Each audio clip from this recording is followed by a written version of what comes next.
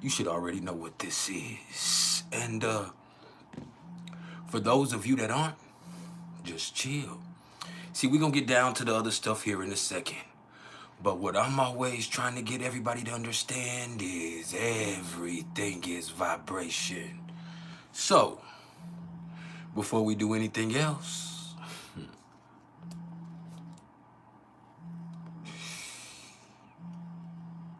just vibe.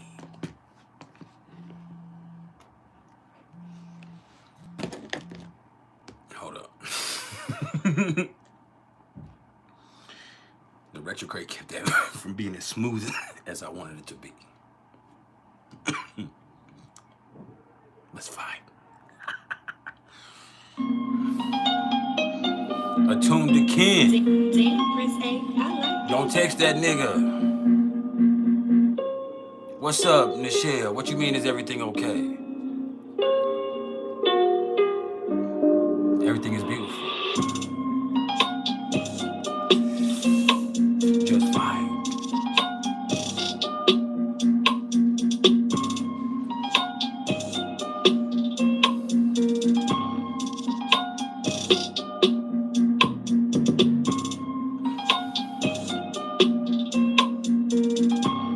Hold on, I gotta make a call real fast. My bad, y'all.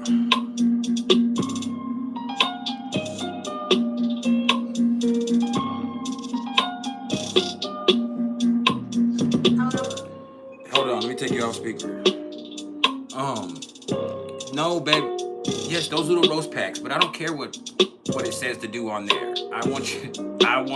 Just put.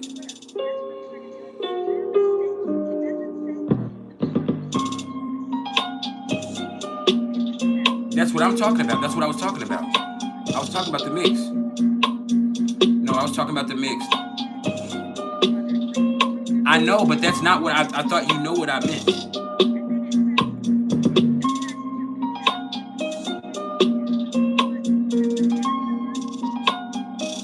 I mean, you can get one of those. You can try those, but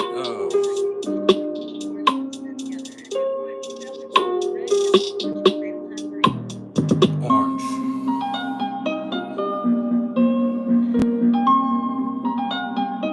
All right, I'm live. I'll talk to you later. I already said orange. I already answered you. Bye.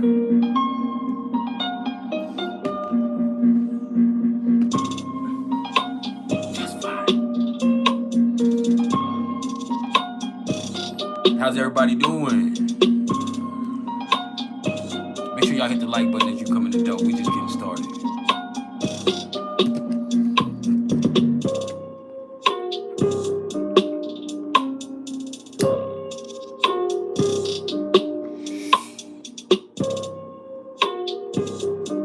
What type of dream did you have about me? Let me ask, am I okay? Damn, PrIcElEs, I like this.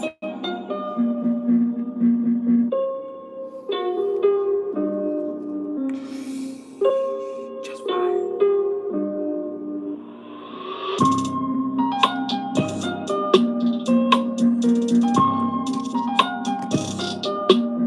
No, I still need the money. I definitely need the money, for real. As long as I wasn't dying, that's fine. But yeah, I need the money. That's real.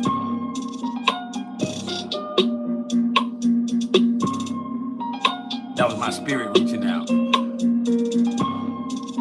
Christmas is here. I need it.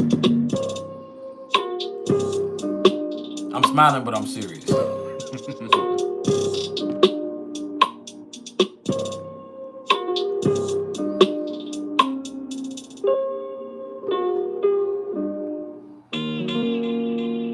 Now, if you haven't smiled yet today,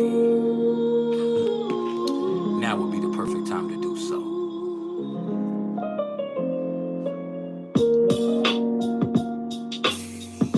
And we're going to take just a few minutes to let a few people trickle in, and then we're going to get down to the nitty-gritty. Now, today, we're going to touch on the transits and elaborate on the aspects that might be affecting you. We're going to talk for a few minutes about this Mars retrograde that's kicking in today, that's ready to kick us in our ass.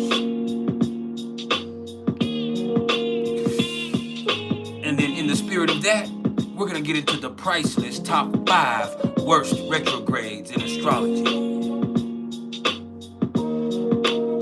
So just vibe.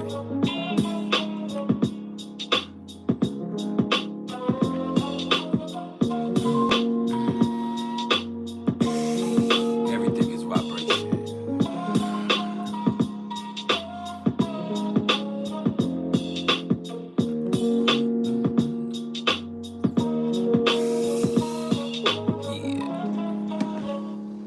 Smile right motherfucking now.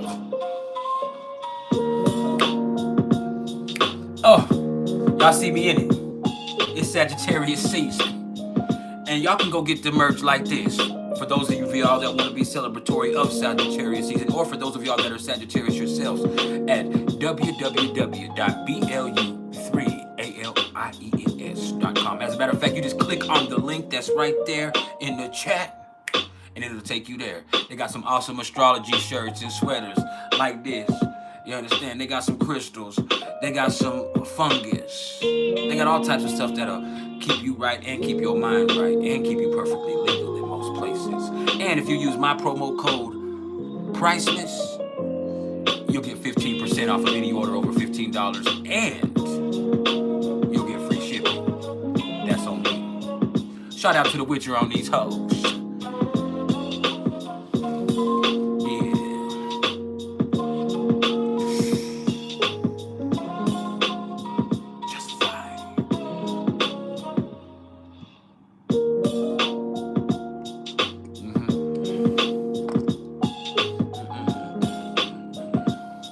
This is priceless knowledge of self.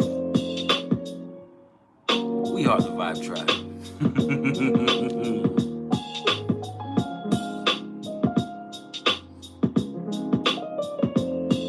What's up with it, family? Attune to Ken.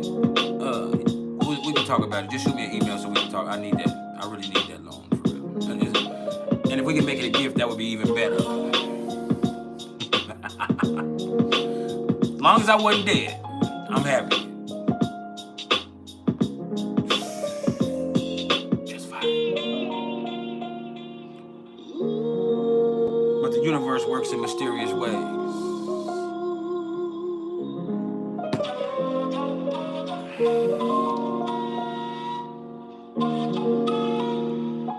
Just fine.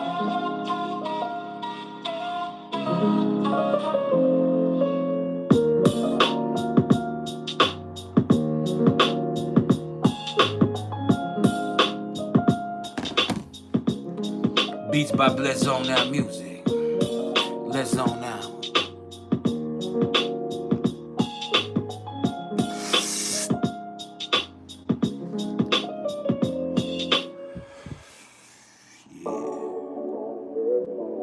I do whatever I can to make you happy, baby. Let me tell you something. Now you listen to me closely. But I gotta get that money first. One more time. Everything is vibration. Let me tell you something. Now you listen to me closely. I don't give a shit about what happened. Now I want you to get yourself together and get back out there and get me my money. Now I don't care how long it takes you to get out there and get it. Now get it.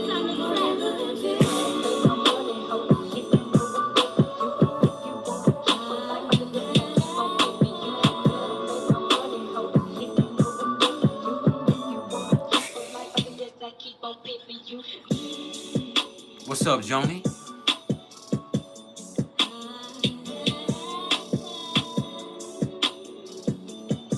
We in this thing like a long ding-a-ling.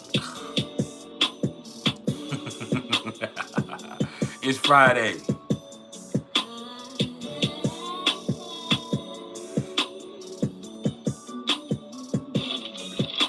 See, you full of shit, Attune the Kid. It's okay, people gonna be full of shit right now. Mars retrograde in Leo gonna be a motherfucker. But I knew you was full of shit.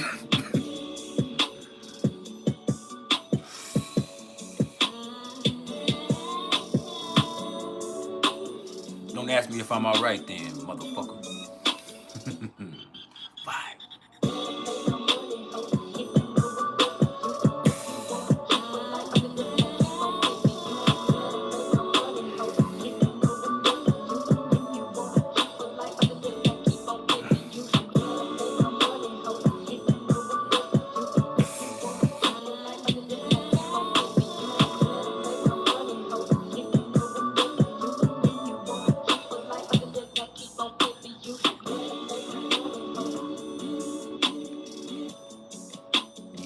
Dijon Sturgis. Smile right motherfucking now. I don't give a fuck who's looking. Smile. Whatever it takes to make you happy, baby. Yeah.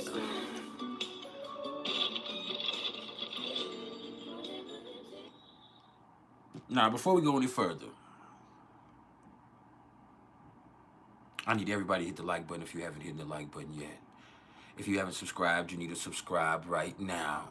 You need to go join the tribal council. It might cost you like $5 a month, but what the fuck is that gonna hurt when you get access to some perks? And we will be having exclusive members only content. Matter of fact, I've already put some of the stuff that's already been dropped and made it members only. And so I'm gonna start putting exclusive members only content out. We're gonna help talk about using astrology to gamble. So we can put some money in your pocket. We're gonna reassess astrological things that have happened. And so I think together we'll be able to get into that, and that allows us to have access to that. But we need to get the tribal council a little bit more,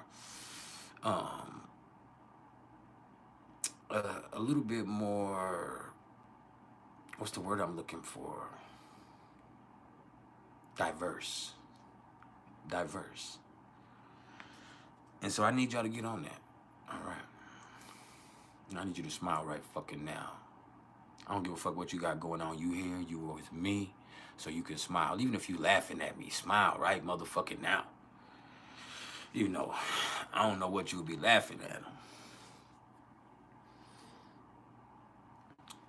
Finer than ever. What's up, Joseph? What can I do for you? Now, if you get disrespectful, it'll be your last question. So make it a good one, no matter what you're gonna do. So what's up?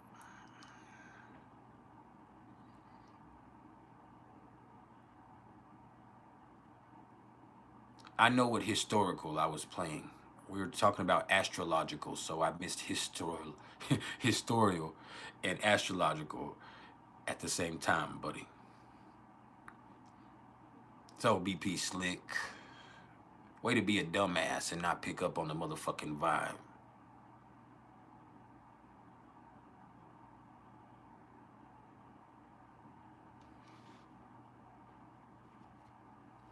Y'all be all right.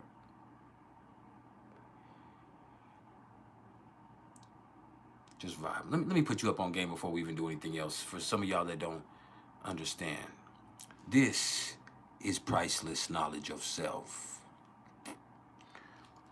We're the Vibe Tribe. There are thousands of us all over the world, so we're not thirsty for subscribers. We're not hungry for your attention. We're not begging for anything. No, we're going to raise this vibration with knowledge and information. So we're going to talk about astrology and numerology and all types of stuff that help you understand yourself and energy better and thus raise that vibration. So if it isn't for you, swipe up. We have our own way of doing things and saying things. So instead of thinking you correcting somebody and end up looking like a dumbass yourself, just sit back. You might learn something. I almost guarantee it. Because that's what we're doing, is sharing knowledge.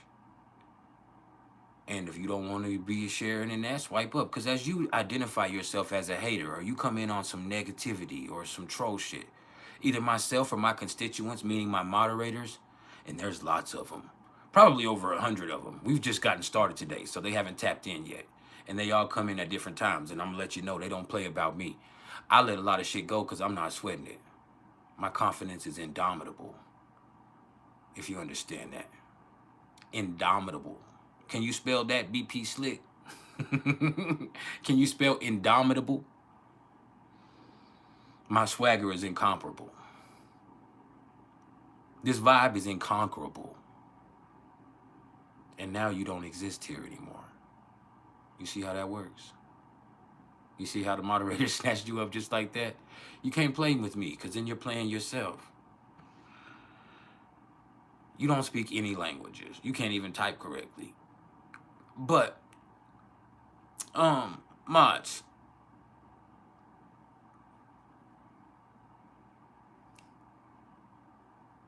get rid of him for me, please. Or them, or her, or they, she, it, what, whatever it is. But either way, you said his farts are mad toxic. We here, we doing our thing. And look, as you identify yourself with that, all you're doing are separating yourself from this vibe that we've established. The knowledge comes naturally, so the vibe needs to be established first. We're gonna get there with that, all right? That's most definitely. But first, before we get into what's going on astrologically and we talk about the transits and we speak on what's happening energetically for all of us, because we are coming into some crazy ass energy. I'm just gonna keep it all the way 1,000 with you. We're already in some crazy energy because Mercury's retrograde, Jupiter's retrograde, Uranus, Neptune, for those of y'all that understand Chiron, and now Mars is stationed in retrograde today. So things are gonna get awry. But before we get all caught up in the bullshit and end up going backwards, we're gonna understand it together. All right? And so after we talk about what's going on with the transits, after we speak on what's happening with Mars retrograde, then I'm gonna get into the PrIcElEs top 5 worst retrogrades in astrology, so y'all can get a better understanding of that. And when I say worst retrogrades, I'm not just talking about in transit. I'm talking about how it also might affect the native, because a lot of us have a lot of retrograde planets. I have like 4 or 5 retrograde placements. And so that's kind of what that is with that right there. Some people have as many as 6 right now. If a person was born this evening, they would have 6 retrogrades in their chart. Mercury, Mars, Jupiter, Uranus, Neptune, Chiron. But yeah. Now I ain't gonna block you. That's a good joke, bro.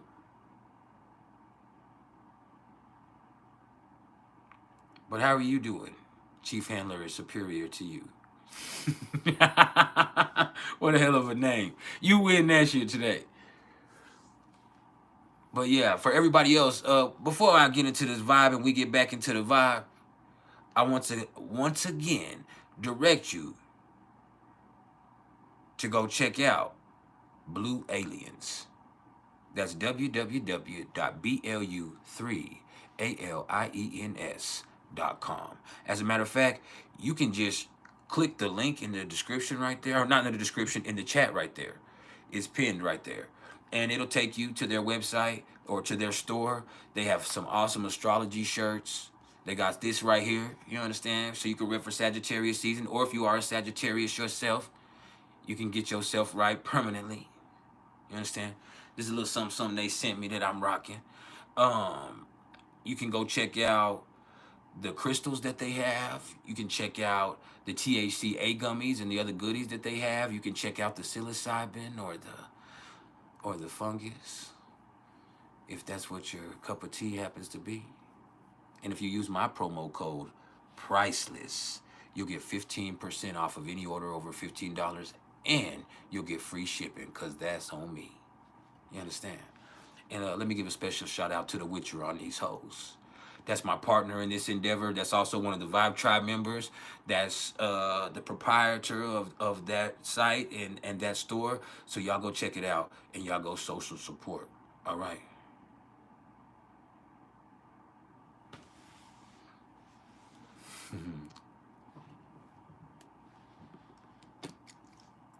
Now, We're going to take just a few more minutes to let a few more people trickle in and to get this vibe right. Now, since we're on this Mars and Leo vibe, you understand? Motherfuckers are going to get ostentatious.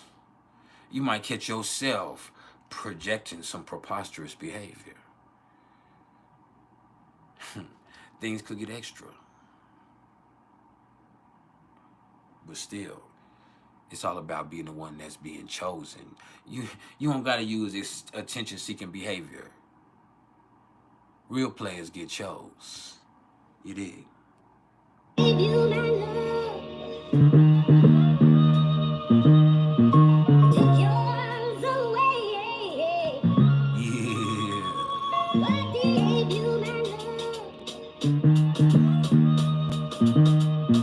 Took yours away. Does everyone need an audition to get with you? You ain't gotta go through all that shit. Then I choose you. Yeah. Be cool, baby. Mr. Pretty Tony. I mean, you know the rules of the game. I mean, your bitch just chose you. Now we can settle this like we got some class, so we can get into some gangster shit. Hey, tree nigga. You ain't no pimp.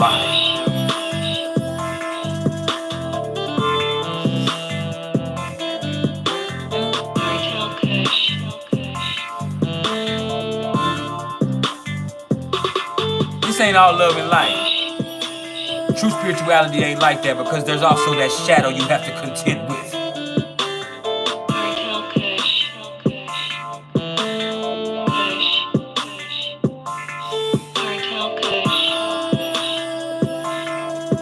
That ego is a motherfucker. I know spiritualists always are trying to talk about kill the ego. No, you can't kill the ego. No. You can't kill the shadow either. You integrate it. Your ego is what's keeping your ass alive. Just fine. You control your ego.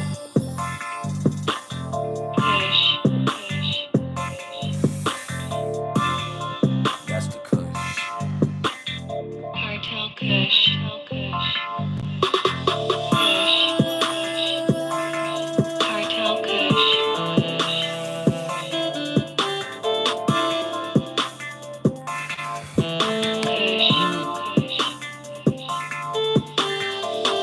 Somebody needs to smile right motherfucking now.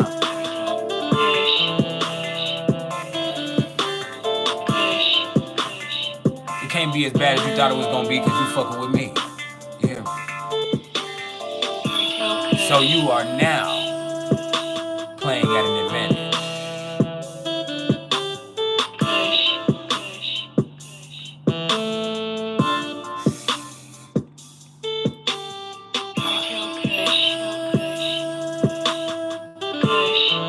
It's Sagittarius season.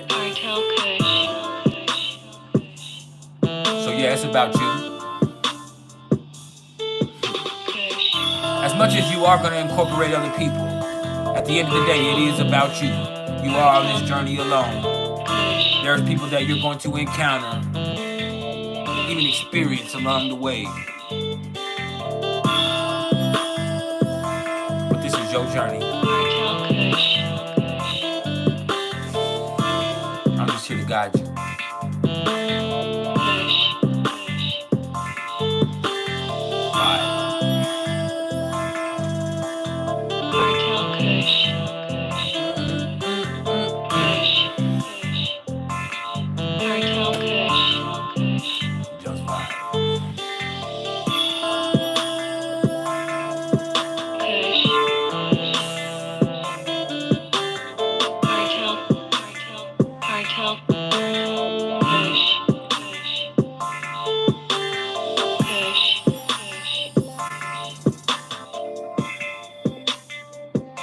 Just let it seep in.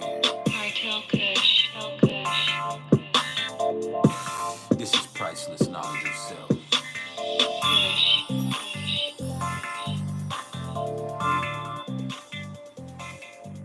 That's a vibe, ain't it? Now, this last one. We've been here before. I need you to come with me. The moon is still in Aquarius. I need you to come with me. Come with me on the trip through the galaxy. Flying high, away from misery. Come with me on the trip through the galaxy. But your feet won't leave the ground. Yeah. It's about that time for you to open up your ear and let me crawl into your mind. We're about to get into what's going on astrologically, if you can handle it.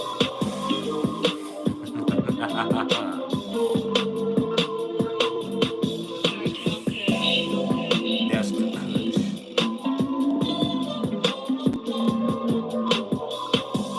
Kush. Shout out to Cartel Kush.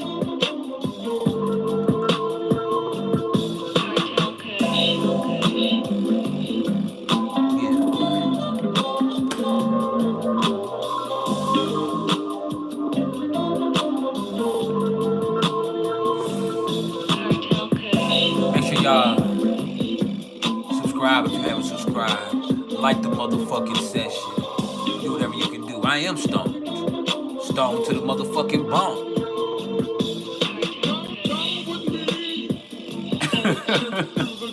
What do you want me to say? I'm not, man. And then him. You heard me.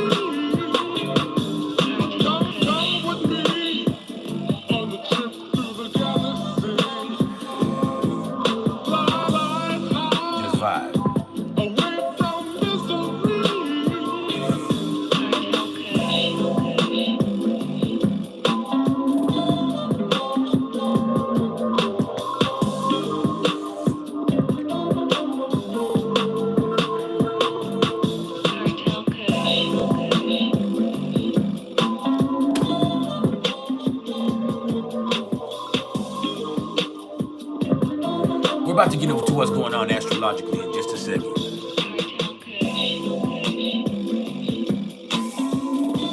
But first we vibe.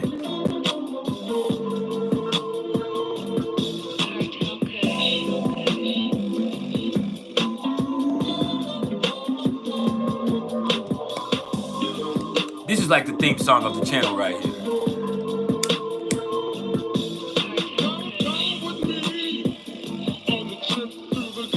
I do own the rights to this. Carshell Kush made this, but I own the rights to this.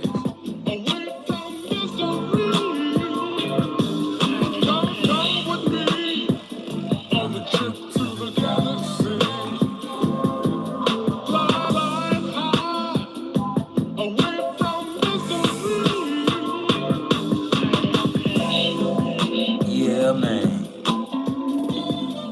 Can you feel that?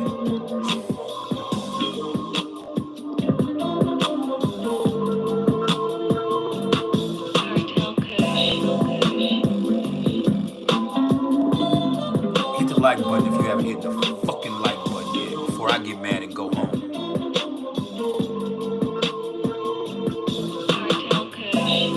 Yeah, let's talk about what's going on astrologically, man. Are y'all ready to talk about what's going on cosmically?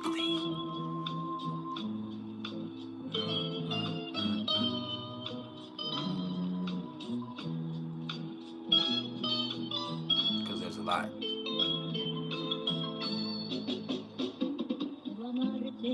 So,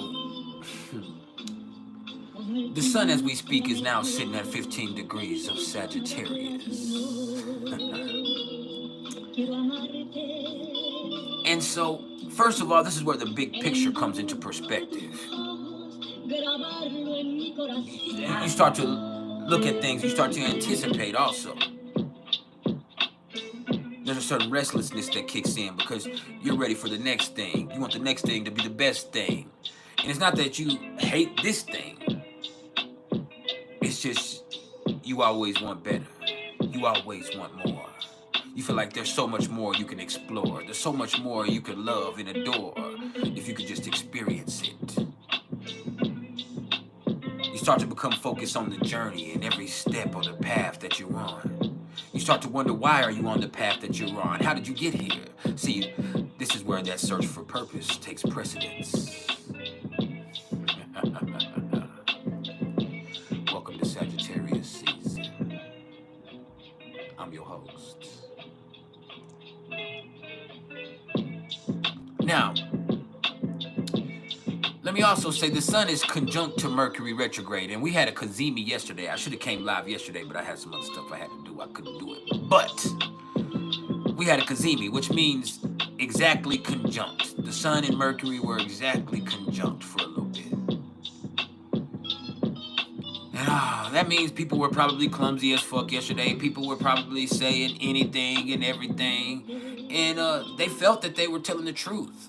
And a lot of times people feel justified in their behavior. There is a certain sense of justification that comes with Sagittarius energy. Because you feel principled in what you're doing. You believe in what the fuck you got going on. Now, the thing is, sometimes you can't see beyond what you want to see or what you are trying to see. All right. That's where we at.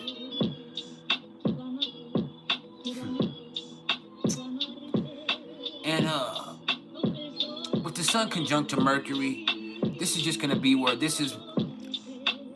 where basically people have ideas, people have the things that they want to say, and the problem is they're saying it exactly like they mean it, and a lot of the people can't take it. All right. And so it can be just a little bit too blunt. I had a situation myself with a guy in one of my Facebook groups that I facilitate. And he and I were having a little thing, and he kept jumping in my conversations with other people. I was having conversations in the comments with other people, and he would just jump in the conversation and say some shit. So it got to a point to where I was like, hey, bro, you a fucking hater. Like, I don't even know why the fuck you say anything to me. You a hater to me. Like, and you know what I'm saying? Basically, he tried to make another commentary. I said, bro, he said, I'm coming in from Realityville. I said, you can't come from Realityville when you live in Hater Haven, motherfucker. I don't know why you even playing with me like that. Like, I don't fuck with you. And the fact of the matter is, you keep jumping in my conversations with people that I fuck with and I play with, and I don't play with you like that. So I haven't initiated a conversation with you, so I don't know why the fuck you even trying to play with me like that. I don't even know you, and I really don't fucking like you. And ultimately, he took it very personally. And maybe I was a little too blunt, you know. And after the fact, I'm like, man, I should have been a little bit more tactful, because I don't have a problem with him. He just was on my nerves in that moment. And that's how I felt in that moment. And I feel passionate about that. And I still stand on it, but I still feel like I should have said it a little bit better. I could have elaborated. And maybe I should have came back after the fact and said, hey, bro, it's not a fact, but you do be jumping in my business. Stay out of my business. I don't know you like that, and I don't play with you like that. So when I'm playing with somebody else, why would you come in and jump in with the commentary? That makes no sense whatsoever. But the way that I said it was exactly like I fucking meant it. It's like, bro, I don't know you. I don't fuck with you like that, so don't fuck with me like that. And the problem is he's a part of my group that I help facilitate, and I also protect the people in this group. And so I just alienated a member of my group, and he ended up leaving my group. And then they were like, well, hey, you made Marlon leave. And I'm like, man, I didn't make him leave. He left on his own. But the fact of the matter is, he just being a big-ass crybaby. I tried to, and I wasn't even tactful in that. I don't even know why I wasn't. I was just like, the fact of the matter, he just being a big-ass crybaby. Like, we're grown-ass men. If he has a problem with me, he should have addressed it instead of leaving the fucking group. Because what I did was address the problem I had with the behaviors he was exhibiting. And the problem was he didn't address that shit, and I addressed it. So now he can take that Libra shit, because he's a Libra. He can take that Libra shit, and he can go cry in the motherfucking car, because I don't give a fuck. Now, I feel bad after the fact, because I am a Cancer, but still, right then in that moment, it's just like, man, this is what it is, and I'm not sugarcoating it for nothing, and I couldn't, even if I wanted to, and I usually do. I am a Libra rising, and I usually am great at sugarcoating things and being able to articulate things in a way that's not aggressive. But in that moment, it was just like, bro, like, I don't fuck with you. Like, I don't know you like that. I don't fuck with you like that. And I could have said other things like, hey, I'm talking to somebody I know, you know what I'm saying? I understand that's how you feel, Marlon, but I wasn't even talking to you. But at that moment, that motherfucker, I don't fuck with you. I don't even know why you on my post. You better leave. You know what I'm saying? And I didn't get aggressive or threatening, but I just more or less was very curt with him.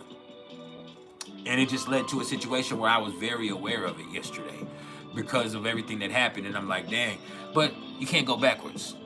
You just learn from every situation. That's the beautiful thing when you're dealing with Sagittarius energies. You're going to learn from every experience. And with Jupiter opposite to Mercury and all the stuff we have going on, there's going to be shit that you're going to learn from in all of this. The thing is, you're going to learn from the most is mistakes. Right now, with all of this shit going on, it's the mistakes you make that you're going to learn from. It's not from anybody telling you. It's the experiences.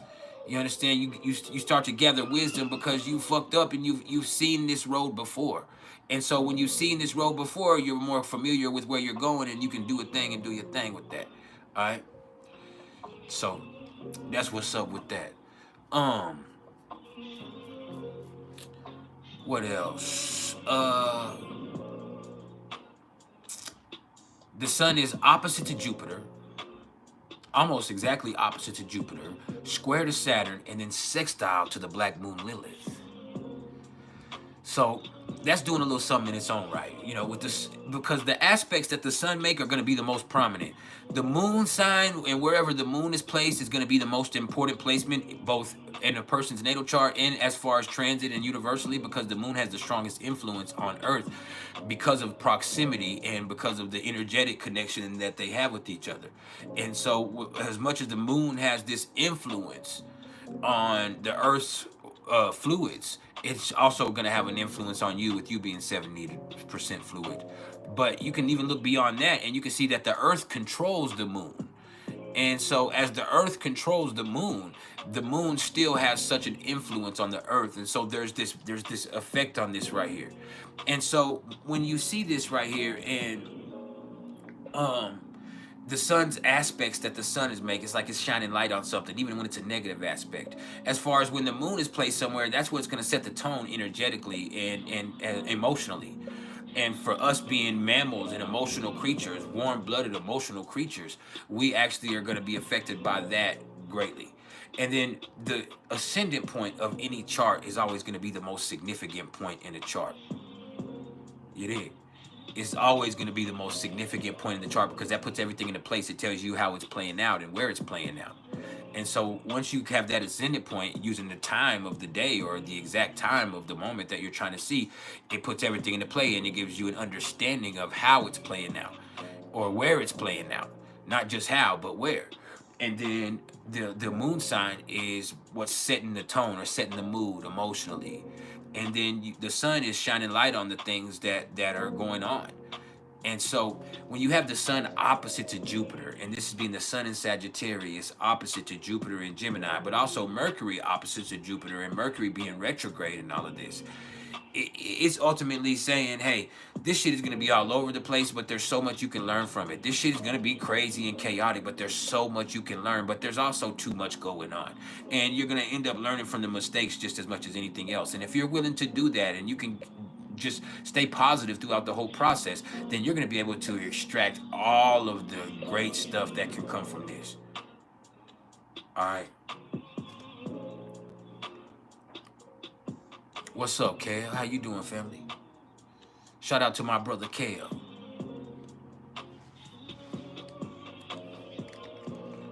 You understand? Goddamn. Oh, there it goes. Now, yeah, the sun opposite to Jupiter, and Jupiter being retrograde, and this being Sagittarius and Gemini. This means there's a lot to learn from this. There's so much to learn. There's so much going on. It's even chaotic and sloppy. But the mistakes made, the conversations had, the arguments, all of that shit, you can learn from this. All right, and you can learn what not to do just as much as what to do from all of the stuff that's happening right now. And there's just so much information out there that the problem is there's also so much that can get misconstrued. And then with this being, you know, Sagittarius and Gemini, you have to always understand it is about teaching and learning more than anything else. Yes, communication is involved in that. And communication is not always just talking. There's all types of forms of communication. But there's communication that has to be involved with that. There has studying that has to be involved with that. And your mood does influence what you're willing to take in and things like that. And never forget, when we're talking about Mercury, as I'm about to get into in just a few minutes, Mercury is your attitude. The moon is your mood, but Mercury is your attitude. You dig? It's not just your communication and your mental acumen and how you process and disseminate thoughts. It is also your attitude. I have Mercury at 0 degrees of Leo in my 10th house. Is that not the attitude that I have? For anybody that would understand what that placement would mean, Kale, would that not be conveying the type of swagger that I exhibit?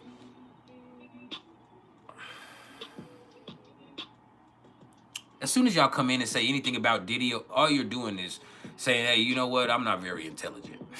And, you know, the comments will never bother me because that just means we got a lot of people that's coming through here. So that's beautiful that we running the views up. And it's fine that all y'all drones and clones and clowns want to come through here because some of y'all are going to catch on and learn something. But as soon as you come in and say anything about Diddy, that just means you caught up in pop culture bullshit and you have no understanding of what's really going on in life in the world. All right? Diddy's locked the fuck up. Nobody's in here talking or playing about, is it Diddy? As soon as you come in and say, oh, is it Drake? Like, that means you caught up. You caught up in the culture, baby. And it's cool to understand and actually be a part of it in a way. But don't get caught up in it. Don't do that to yourself, Beans. I'm trying to teach you something. All right? Yes, I got a gap. I got a fucked up grill. Yes, I'm bald-headed. Yes, I'm light-skinned. But I'm extremely knowledgeable and handsome. And you wouldn't play with me like that in real life because I'm a G. You understand? I'm also a G. Like a GG. OG, motherfucker. That's what that was, cuz. Do you understand? And I can't get my lighter to work. It's hard to just go into some gangster shit when your lighter won't start. You try to be cool and shit. I'm gonna blame that on Mars and Mercury, but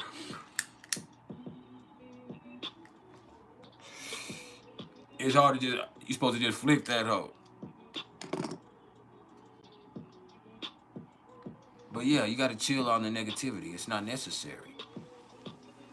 Plus, as soon as you expose yourself as being negative, one of my moderators is gonna ban your motherfucking ass so motherfucking fast. Ah!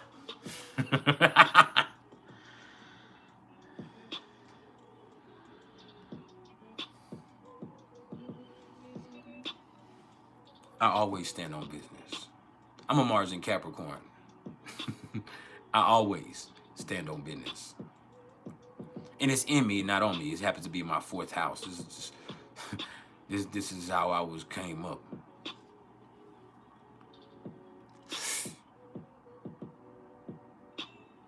Now, back to regular schedule program. Smile right fucking now.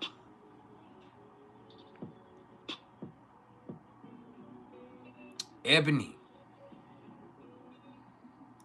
You said, you're open and welcome to all downloads right now. You need it. Natal Gemini Mercury on the IC opposite of Sagittarius Saturn conjunct Uranus at the midheaven. He said, let's talk about it. Yeah, I'm Mars in Capricorn in the 4th house. Mars in the 4th house is a motherfucker. That is, but at the same time, that just means it's something that's in me. It's something that's always been in me. It's something that I was born with. It comes from my genes, from my motherfucking upbringing, from my motherfucking background. It's all of it.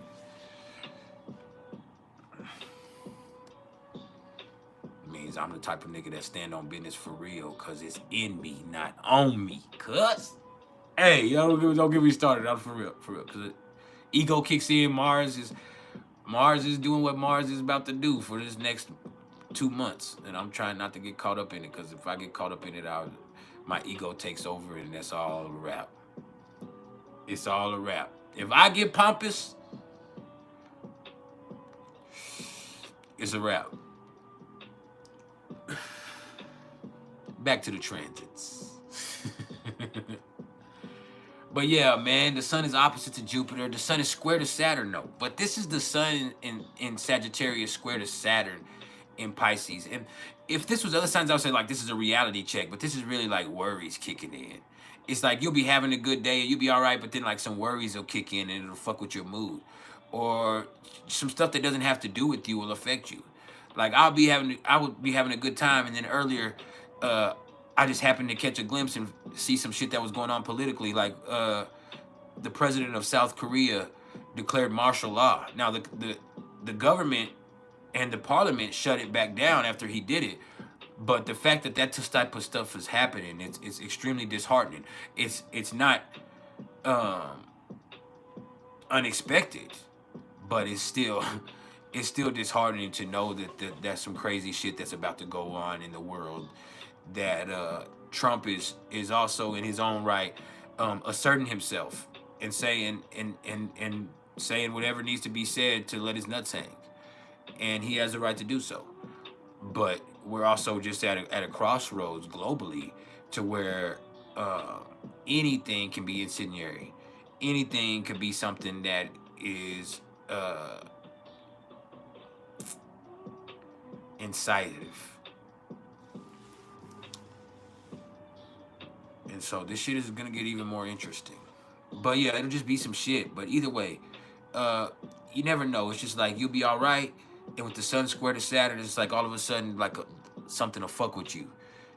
And with it being in Pisces, Saturn being in Pisces, it's just like the vibe will just get thrown off, or you'll start to be worrying about something, like just that anxiety starts to kick in for a second, or you start to not see things for what it's supposed to be, and that confuses you because you're only seeing it how you want to see it. And sometimes you only see either the good or the bad or a situation, and either one of those could be to your detriment at any time. So there's just going to be a lesson to be learned in that effect with that, and you'll be fine. You know, the sun is square to Saturn regularly, but let's just say, you know, in this right here, this is going to be one of those times where over the next few days, it feels like it's hard to get into a positive moment because there's so much going on. If you understand. Shout out to Blue Aliens. Yeah.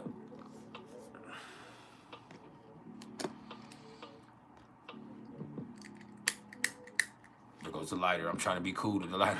Everything is keeping me from being smooth. And maybe that's Mars being retrograde in my 10th house. Because, like, that's my whole fucking brand. We know that. You know, I'm me, but also with my Libra rising, with my Mercury and Venus and Leo in the 10th house, the smoothness is a part of it. And when I can't be smooth, if my shit is saying flicking, you understand? I'm sitting here flicking the lighter. I'm taking phone calls at the beginning of the session. That's just not as smooth as it should be. And it ain't gonna fuck with my swag, but it is making me aware that maybe I'm putting on a show. See, maybe you need to realize you just need to be a little bit more authentic. Why you worried about being smooth? You just need to do your thing and drop that knowledge. See, there's lessons to be learned in everything. You see how that goes? There's lessons to be learned in everything. See, this Mars retrograde, and I'm getting into it a little bit early, but this Mars retrograde is ultimately going to make people check their egos in a situation. And sometimes you just need to be confident in doing what you're already doing and be confident what you are. You don't got to put nothing extra on it. You ain't got to get too saucy. You ain't got to exaggerate. You ain't got to elaborate. You just got to do your thing and be confident in doing so. And don't be pandering. You know, motherfuckers get caught up pandering all the time. And so for me, myself, maybe it just means that, hey, sometimes I do get too caught up in the character that I play, and I just need to go ahead and try to drop that knowledge that I can convey. See, I didn't even have to rhyme right there. I'm a motherfucker. Like, why did I even rhyme right there? Like, I didn't even have to do that. Like, nigga putting too much sauce on it, cuz. I'm turning it down. I'm turning it down. Popping big shots, bubbles. You'll be all right. You hear that vibe right there?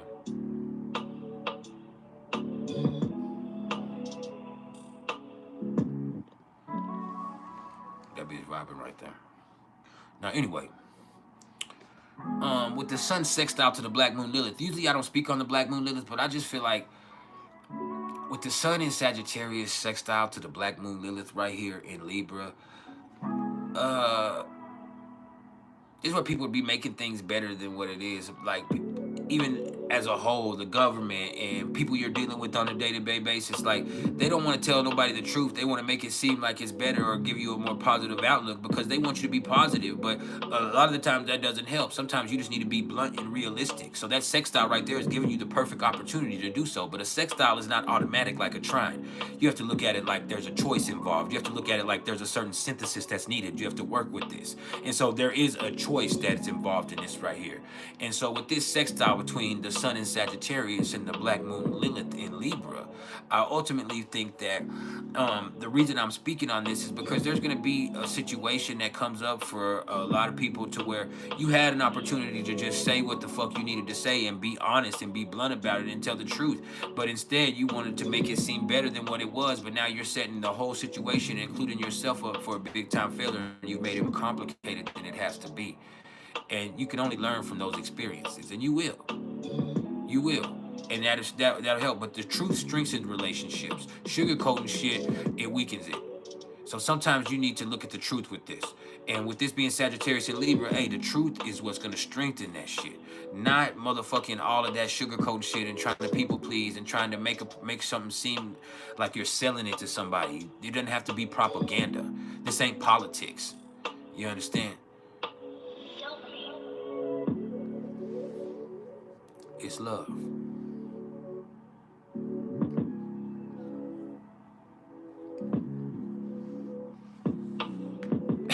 That's what's up, Chill Guy. As long as Chill Guy is a real guy, you can chill, guy.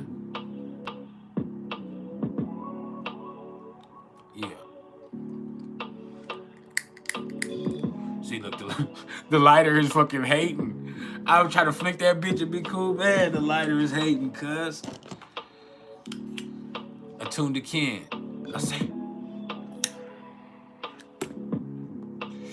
that's some bullshit. Fuck this lighter. But yeah. Then the moon. As far as the moon right now, the moon is at 21 degrees of Aquarius. And so you have this feeling with the moon in Aquarius. This is what's getting interesting. Like, you have feelings, but you're not really feeling them. They're there, but they're operating on this dimension that's just beyond your reach or your understanding. It's like you have feeling, but you don't even fuck with them like that. And you don't want things to get too personal. Like, you keep it friendly, you keep it cool, but you don't want that shit to get too fucking personal. You dig what I'm saying? It's just like you don't really want to deal with that shit. It's right there, but it's not very useful because you don't understand it. It's operating in a dimension that's just beyond your realm of understanding or just beyond your reach. And so with the moon in Aquarius, it's a very cool energy. It's friendly, it's helpful, it's humanitarian. But it can also be one of those times where it's weird because you feel something, but you just can't really identify it. You really also don't even relate to it, even though it's yours. And so it's there. And so that shit just gets a little weird. And it's where you feel like somebody might be acting funny. It's like, damn, bro, you acting a little distant, you acting a little cool. But the problem is, a lot of the times people just ain't trying to get too personal with that shit right now. They don't want it to be on that. They'd rather be looking out for everybody than getting into some personal shit. And they also don't want to stir up their shit because they don't understand it. That's the moon in Aquarius. You dig? No, we're not talking sun signs at all. We are talking, right now, we're talking about the transits. This has nothing to do with sun signs. We were talking about the sun and the aspects that the sun were making just a few minutes ago, but now I'm talking about the moon being in Aquarius. Jordan.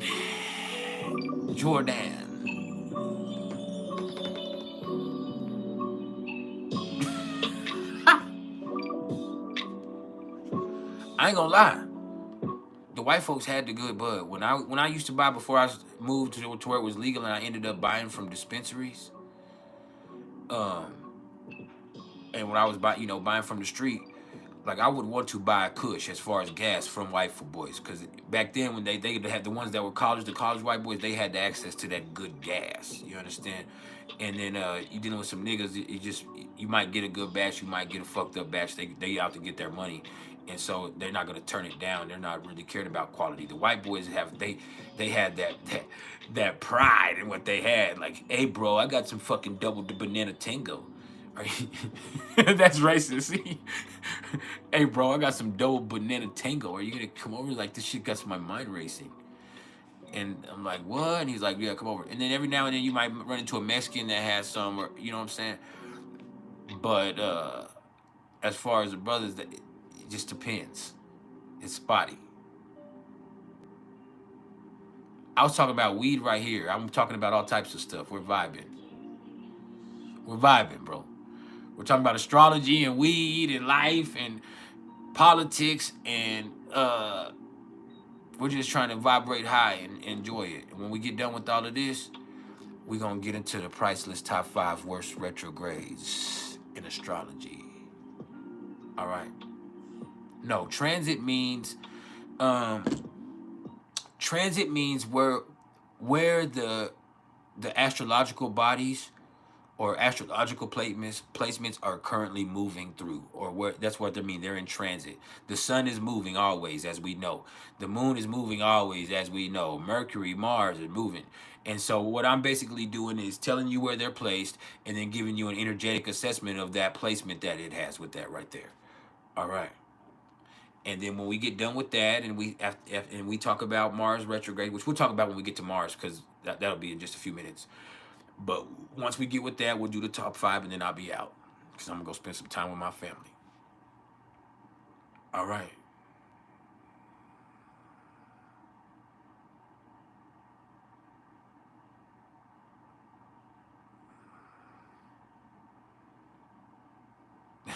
That nigga Chaos ain't feeling slow 80% of the time. Bro, you be on point. You just be chilling. Just when you get in your feelings, you be on one.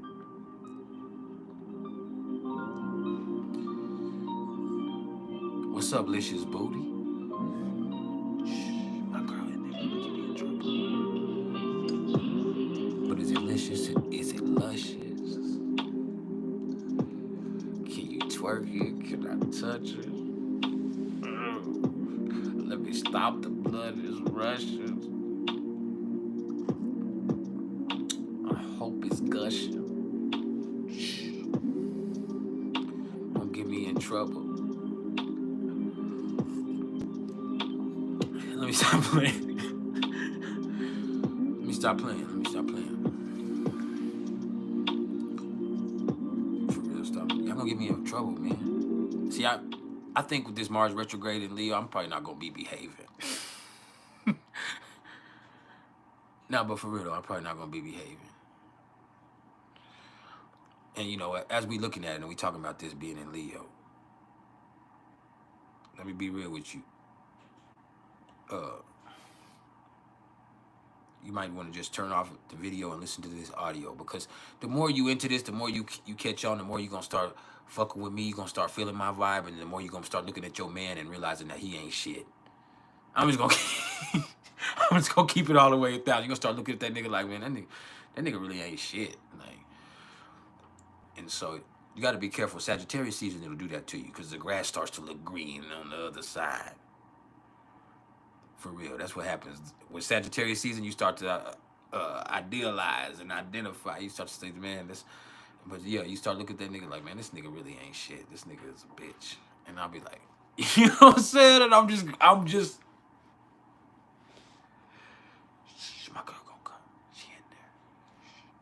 My son is here too. I'm supposed to be working hard in here, doing astrology. I'm in here fucking up. The music went off and everything, and y'all trying to get me in trouble. Ain't nobody Hell nah. Can't risk it for free. If you start super chatting, I'll start acting real bad. What's up, Phyllis? Phyllis, can you feel this, Phyllis? Nope, don't clench it up.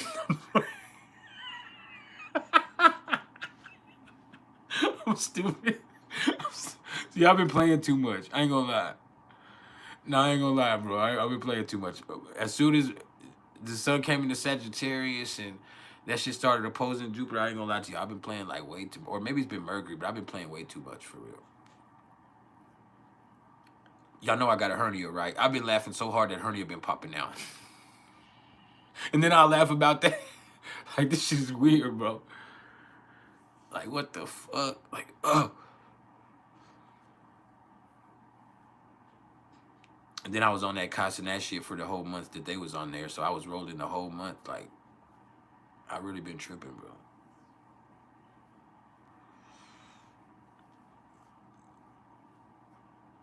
But yeah, let me just lock in. Let me lock in.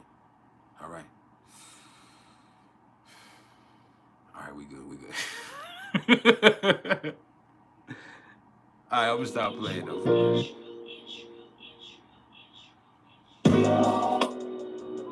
Yeah, I can't wait till I get that hernia fixed either. I'll be right, but it might take a year or two. So I'm used to it now. It's been already 6 months. It's been 6 months. You just can't hit the weed too hard and you start coughing that bitch. As long as it doesn't get incarcerated or strangulated, you all right. Some people live for decades with them. Some of them be this big. It ain't no joke, but it is a joke. Like, I don't know where y'all... It ain't no joke, but it is. I mean, it doesn't hurt a lot. It bothered me here lately, but it doesn't... It's not something that's like... Thank God it's in a place that's not threatening. And it's big enough or small enough that it doesn't get caught like it could. I just pop that bitch back in. You get it? Yeah, just push that bitch back in. Now, I can't sleep in the bed like I want to. Now, I can't sleep in the bed like I want to because I can't. I used to sleep on my stomach or on my side, and now I sleep on my back holding the hernia in. I hold that bitch in while I'm asleep. Or I fall asleep sitting up, and then I'll go transit. When I do lay down, I push it in and hold it in and go to lay down and hold it in while I sleep. Being aware of it is the worst part. You know what I mean? But I'm blessed. I'm okay. I will be okay. I'll get it taken care of at some point. I'm smiling. I'm handsome. I'm healthy. You understand? We blessed. It doesn't hurt. It's just weird.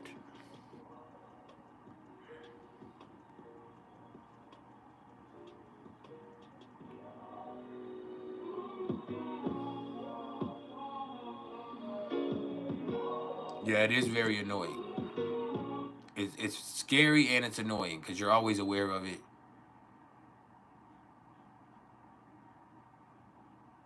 You're always aware of it as far as a hernia because it's there, it pops out, and it's like it feels weird. Like especially when you feel it popping. Sometimes it doesn't pop, but sometimes you'll feel that bitch like pop through that hole. You'll feel it like literally make a pop. Like you're like, oh damn, you gotta like man, I gotta pop this bitch back in. But like I remind myself to pop it in like every 2 or 3 hours because I know it's like came out a little bit, so I'll pop it back in. But I mean, other than that, yeah, it's not something that's too bad yet. I still work out as far as a little bit. I can't run like I was, so I've gotten fat because I used to run a lot. But I still do like 500 or 750 push-ups every single day, or some type of push-up or exercise in that way.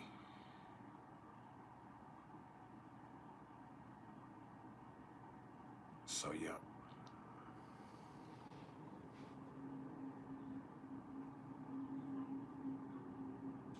Damn. Sorry, I'm looking outside. There's a whole bunch of police outside.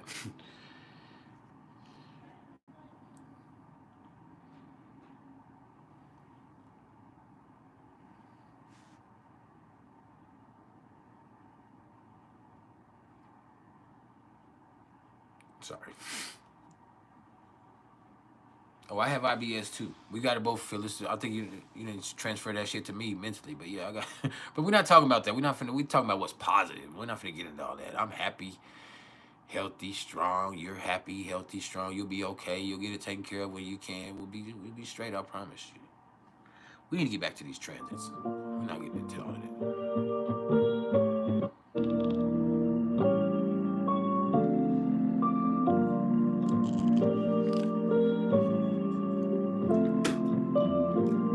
Just fine.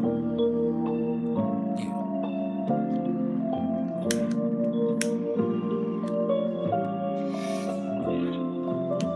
Should be too deep. We ain't doing that shit. Fuck that. We just vibing. You feel that?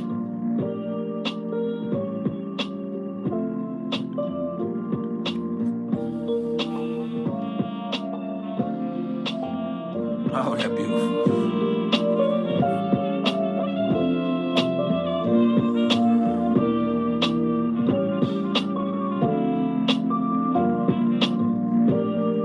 Yeah.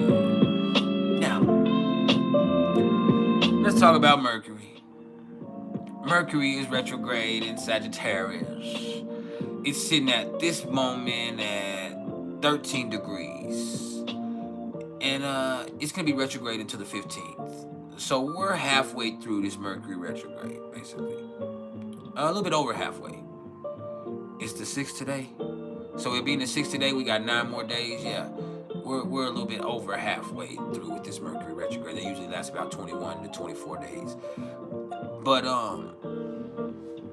as we are looking at this, you have to look at the energy of Sagittarius. Sagittarius is already where Mercury is in detriment.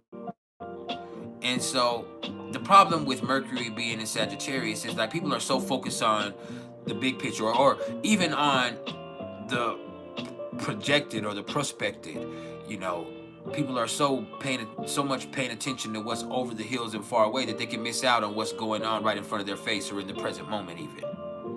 You understand? People can be missing what's going on in the short term because they're so focused on the long term. And that's great when you're focused on the long term, but sometimes there are small things that need to be taken care of and the details need to be tended to. And so there is an issue with this. So this is where small little errors have people starting over a lot with Mercury retrograde in Sagittarius. It's like, it's a minor fuck up, and you thought that you could just get by because you took a shortcut, or you just like, you know what, they'll get it. Basically, they know what I'm trying to do, and it couldn't. There's breakdowns in communication because of that, because you said something and you thought the person would naturally understand. And the fact of the matter is, unless you said it exactly right, how can you expect them to understand? But that's the problem, is we kind of start to expect, this person will understand this or this. And then there's also a bluntness and a vulgarity that comes with Mercury retrograde in Sagittarius. Like, where people are just saying that shit and they just cuss you the fuck out. And it's tactless. It's fucking tactless, and on top of that, it's reckless. And if you're not paying attention, you can fuck up your car, get in a wreck. If you're not paying attention, you can make some type of error that makes you have to do something over again, or where it makes something that's not useful. And so the fact of the matter is, you gotta just pay closer attention.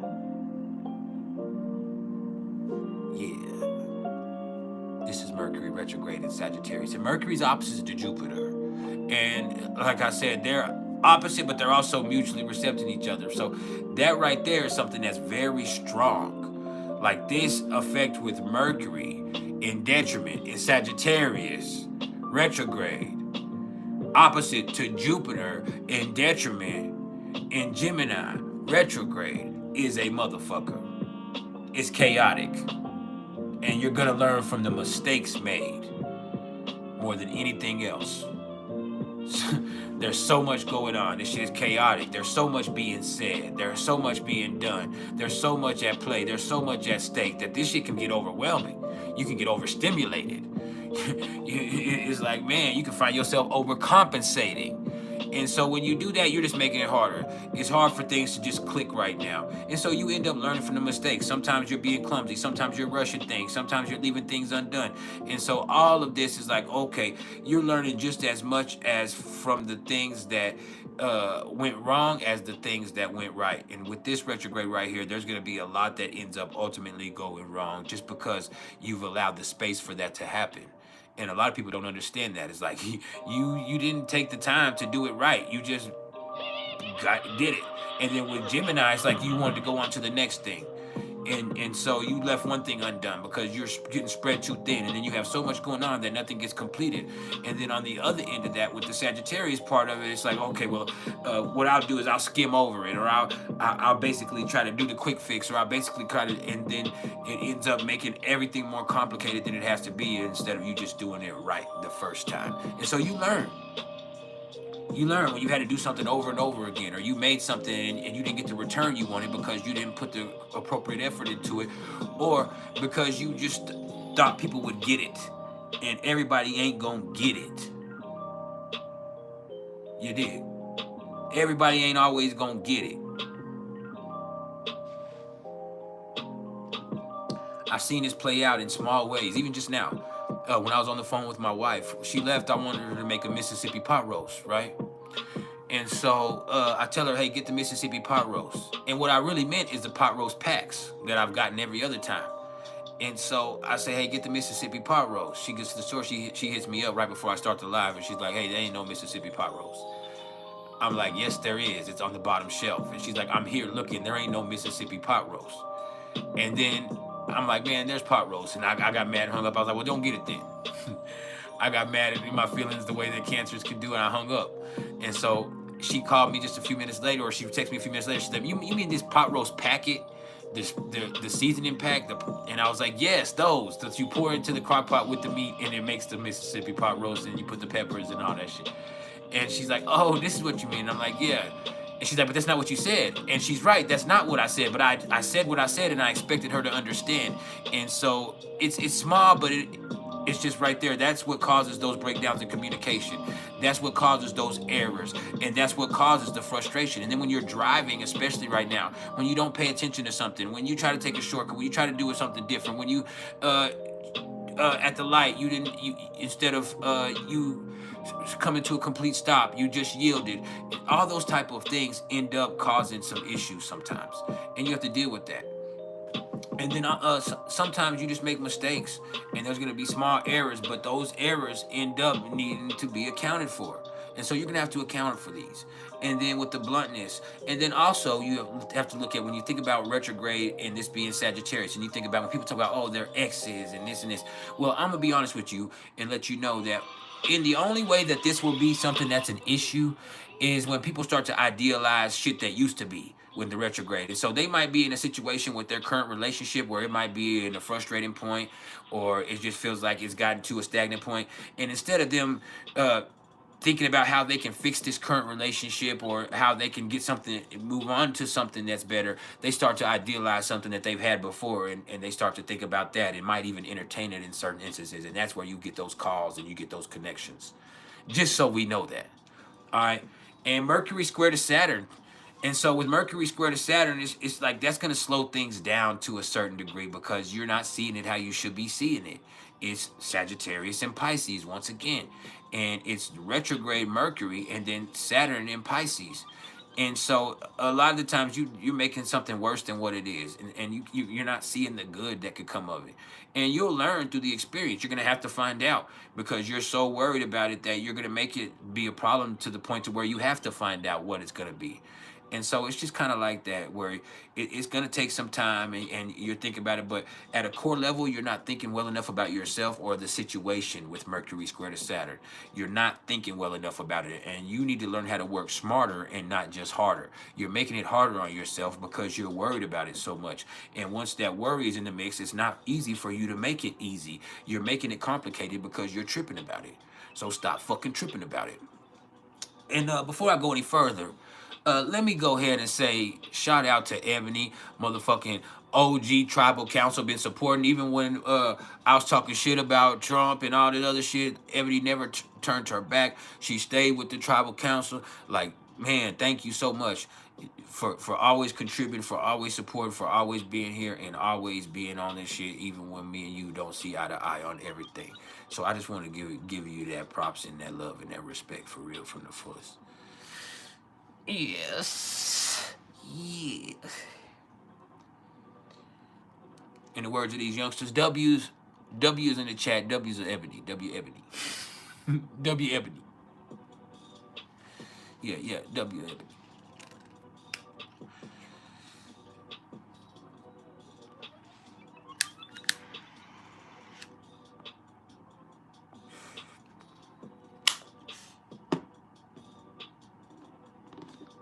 I'll be having them goddesses protecting me.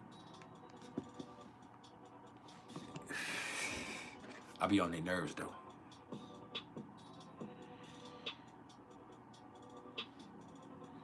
But yeah. But you know, I'm also real fine. It ain't even like the looks either. I got a fine energy. It's the energy that's fine. I have an energy that's real motherfucking fine. You know what I'm saying? You need to develop yours. I'm trying to help you develop yours, but that's what it is for real. You know, it's not looks. It's I have a fine energy. I carry myself in a way that's, you know, it's just better than your nigga. You understand? He ain't shit. Like, you can look at him and say, "Hey, bro, that he ain't shit." Compared to me, he ain't. Maybe I'm egotistical, conceited.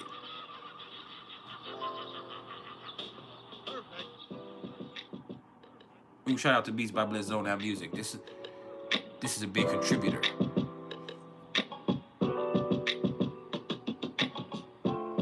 I'm super high.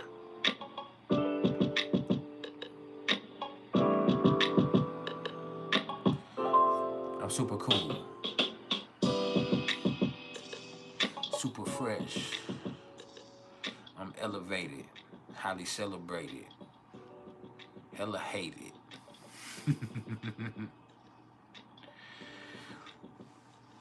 But yeah. You just ain't having enough fun, motherfucker. You be worried about the wrong thing. Beats do got the vibes right.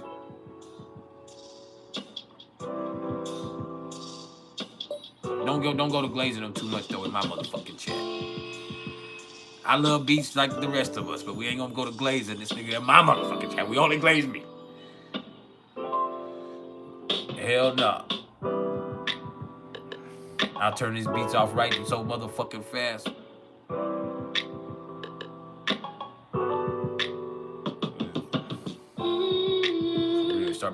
Start playing my shit.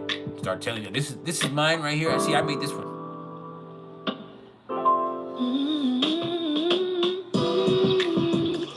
But nah, shout out to my brother Beats by Blizz Zone Out Music.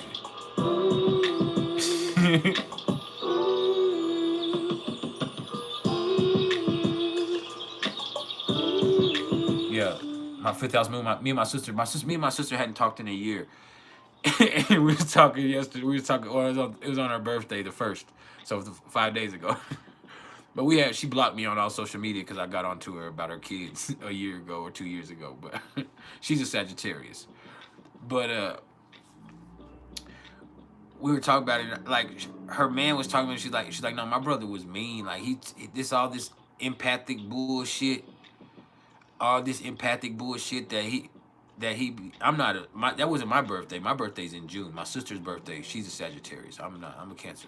My birthday's in June. But anyway, she's like, my brother was, and I was abusive.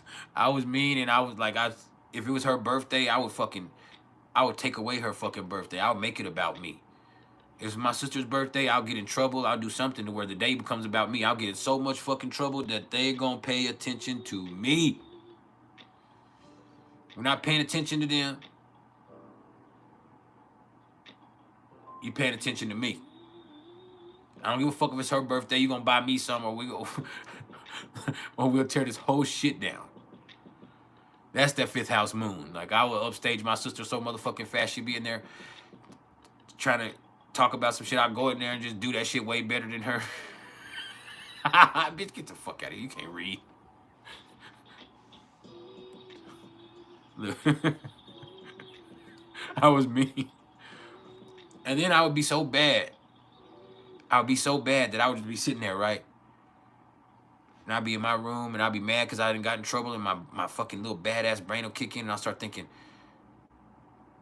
they love this bitch more than me. Look at her in there. I start looking at her around the corner, looking in my sister's room. I'll be looking at her like, look at her in there being good and shit. In there just playing with her Barbie. She don't never get in no trouble. I hate this bitch. I hate this bitch being good. I'm finna break her mirror. That's how I'll be like, I'm finna, she'd have a big vanity dresser. I'd be like, I'm finna break her mirror on her fucking vanity dresser. I'm finna throw a rock, break that fucking mirror. She's gonna get in trouble, and it's gonna be beautiful. And so I fucking hide around the corner. I go give me a rock. I break her window. As soon as I break her window and I break her mirror, they come in there and whoop me. And I'm whooping. I'm like, man, why? They're like, man, because you wouldn't even, like, why would she do, like, she wouldn't even do that. We know that was you. Like, it's not even some shit she would do. Like, why would you, like, why would she go break that mirror and shit? No, nigga, you broke that mirror.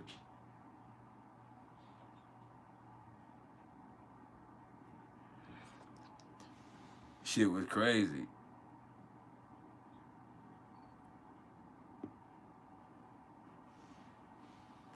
For real, for real.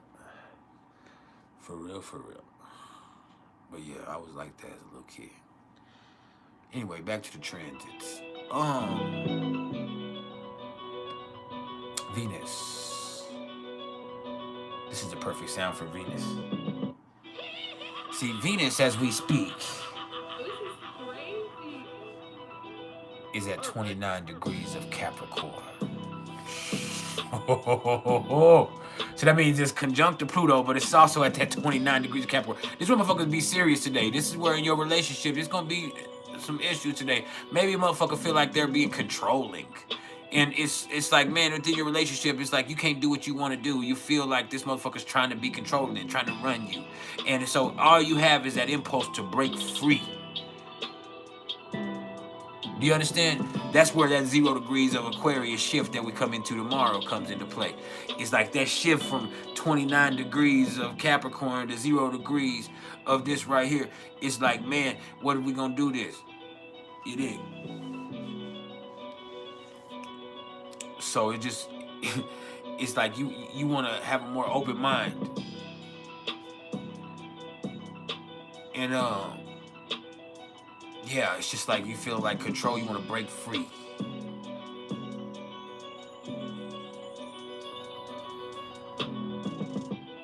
But with this Venus in Capricorn, it's just like today, these things are serious. Like, you got responsibilities within your relationship. You have responsibilities with this, and some people can't handle that shit. Some people want to everything they can to get away from the responsibility of a true commitment. But other people, this is just reaffirming, you know. And tomorrow, you know, it gives them an opportunity to evolve and change and grow and learn and invent something better from this commitment that comes from this. But in other ways, there's gonna be some shit where it just feels like this shit is confining. It's frustrating. It's like, is it that fucking serious? Yes, it's that fucking serious. Yeah. Curious and furious and serious. Insidious.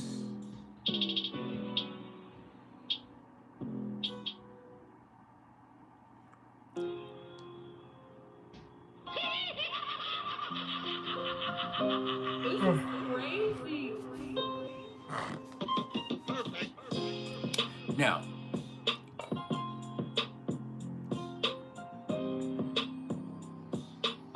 Jigga said Fat Drake.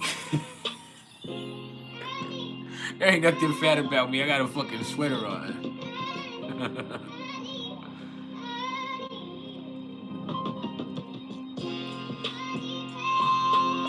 You need faith in yourself. What you need to do is go start your channel so you can roast people. And everybody can come in the chat. You can make up jokes about them and people can laugh and make you feel important and smart.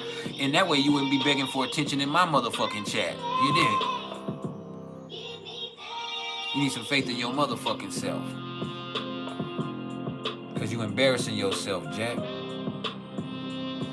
Go put your head in the toilet and flush it 3 times. You took the time to type that bullshit.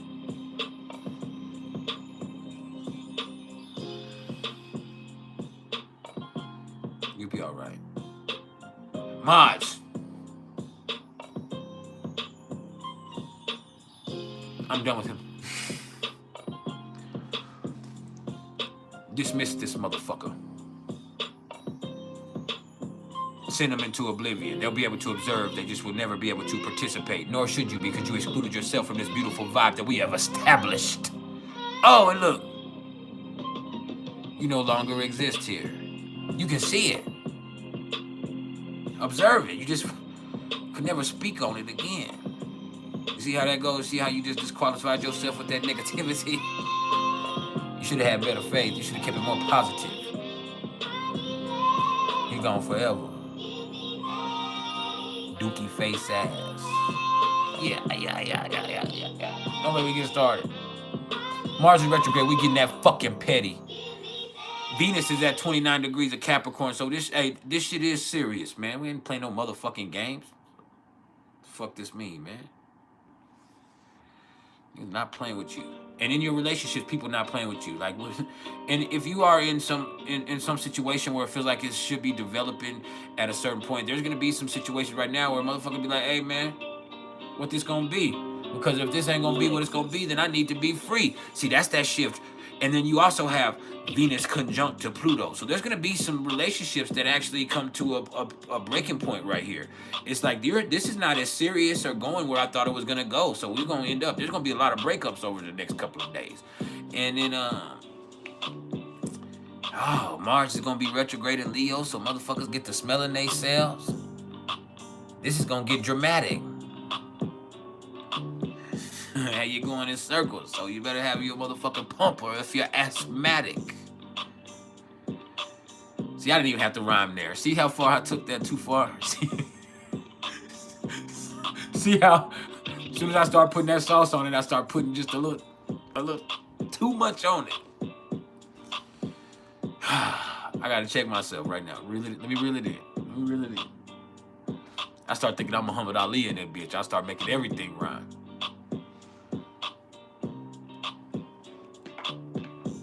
Yeah, I'm just the greatest.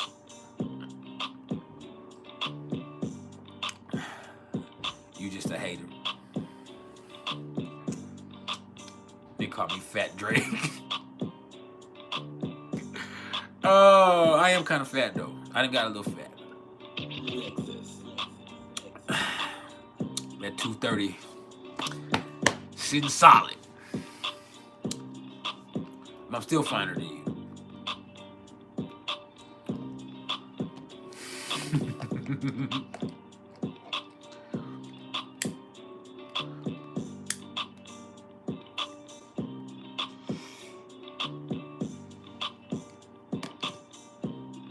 Something like that. Something like that. Now, see, y'all done distracted me from everything. Y'all done distracted me from everything. Yeah, I turned 38 and that dad bod just kicked in. Like, these calories, we sitting here now. Used to be, they just burnt up naturally. I'm such a vibrant person. I'm such an active person that I didn't have to worry about that. Now them motherfuckers sit, every one of them. Like, man, you know what? We gonna chill for a little bit. Maybe it's because Saturn is conjunct my Jupiter. It's coming back into it. It was conjunct my Jupiter. That's when I started gaining that weight. And then it retrograde away from it. Then it's coming back into a conjunction with my Jupiter. Maybe that's what it is. Saturn is conjuncting my Jupiter in the 6th house, saying, hey, man, get your motherfucking health right. Get your motherfucking ass right. And it's just lessons to learn.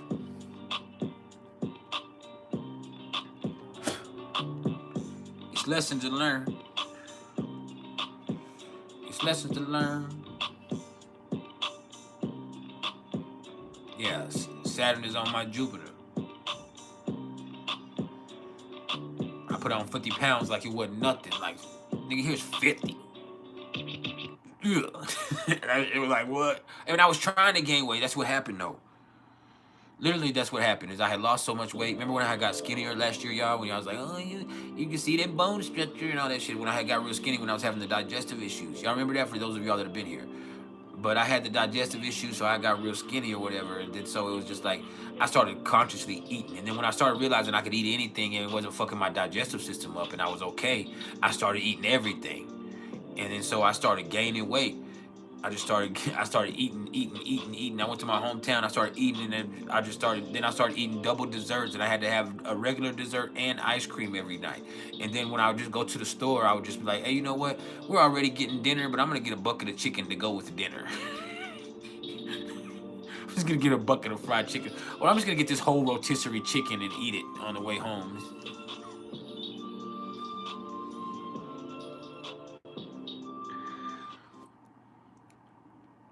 And that's just what happened.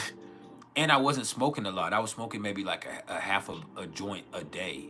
And then I started smoking a lot again. And I just started gaining all the weight. Instead of me just gaining the weight back that I was trying to gain back, I just exceeded it by about 40 pounds. I was trying to get that 20 pounds back that I had lost, but I ended up gaining that 20 and an extra 40. But I'm happier. I can just look at it and say, hey, this is my happy weight. But I'm still swole, but I'm still I got this happy weight. We good though. Water Bearer, what's up, family? Hey, I need y'all to kick in on some business. Christmas is here. I need business to kick in for real. I work some deals for numerology and Pluto through Aquarius transit journey readings. I work some deals on everything. I actually have 2 people that are possibly trying to get their apprenticeship. They got a couple weeks to decide if that's what they're gonna do and pay. But hey, we need that business to pick up. Or we just need you to hit that super sticker, that super thanks, or that super thanks, or that super cash. Niggas called me e-begging earlier. They have no idea what's really going on. But what am I gonna do? Let that shake my confidence? Absolutely not. Attune to Ken. We need to do it. I need to get some Christmas presents. I need you to book with me immediately as soon as you get you right. For real, I need that. Oh, I am better. I'm better. I'm definitely better. I'm happy. I'm better. But I am worried because they did say that if you gain a lot of weight, and you know what I'm saying, it's not like out of control, but if you gain weight, your dick will shrink. You know what I'm saying? And there's some information out there that's supportive of that in Men's Health magazine, amongst some other sources.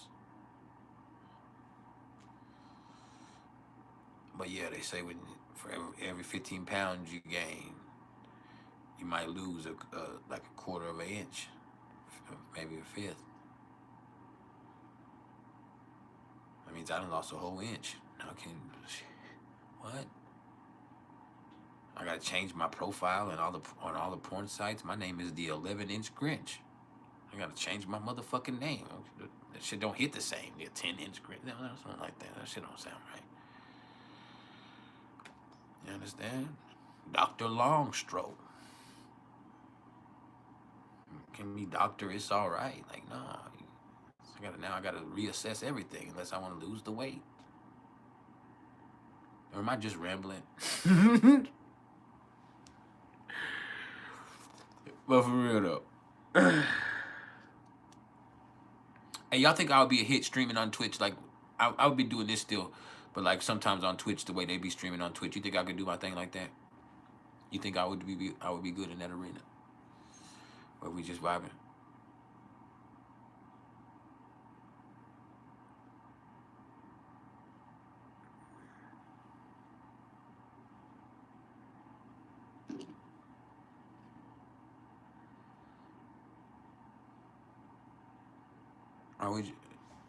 Just let me know. Oh, okay, back to the transits, We still got to get to the top 5 if I get to it. I might turn it off before the top 5 today. Y'all want to hear the worst retrogrades or not? You want to wait till next time?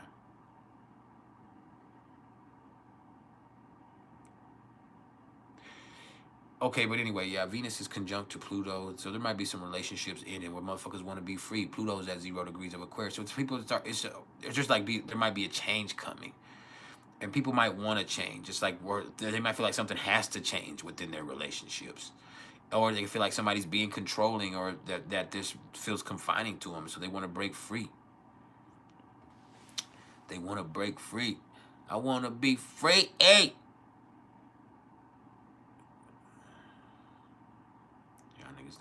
Y'all niggas don't appreciate shit anyway. You talking about this beat right here? Hold up. You talking about this one right here?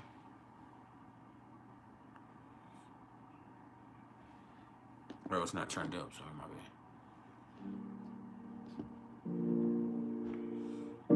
You talking about this one?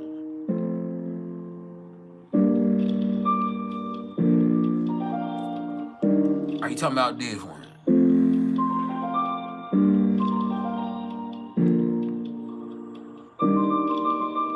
Felicity, unite this. You can't. You can only experience it here with me.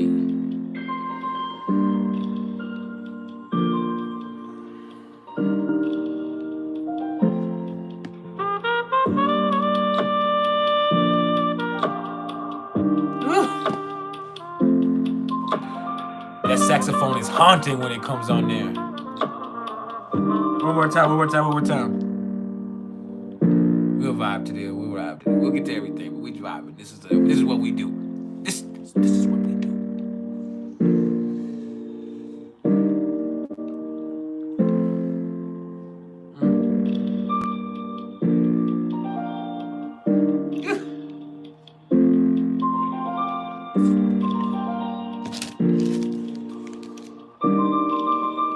Felicity, unite this. Shout out to Felicity. That's who made it.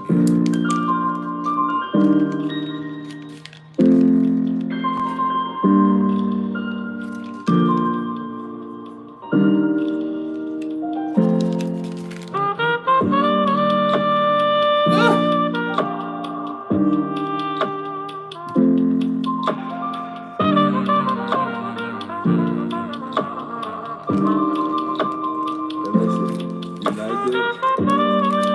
You said, Villanita, you are fire.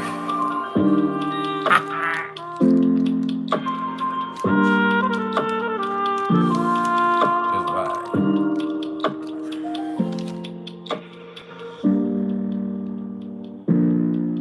See, when we have a beat like this, it's not just a beat. This is a sonata. This is a composition. You didn't produce this, you composed this.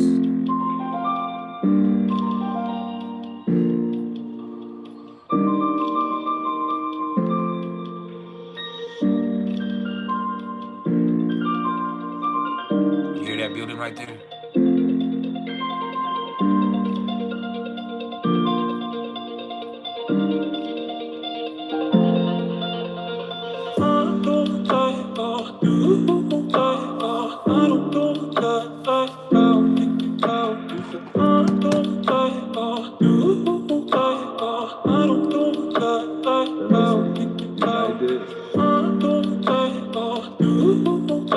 That's a masterpiece.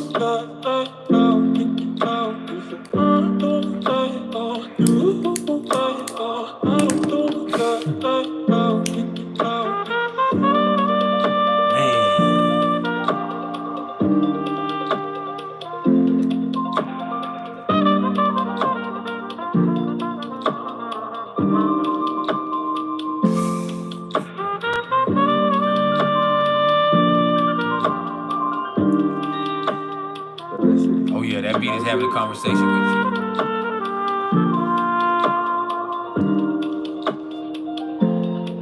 Just vibe.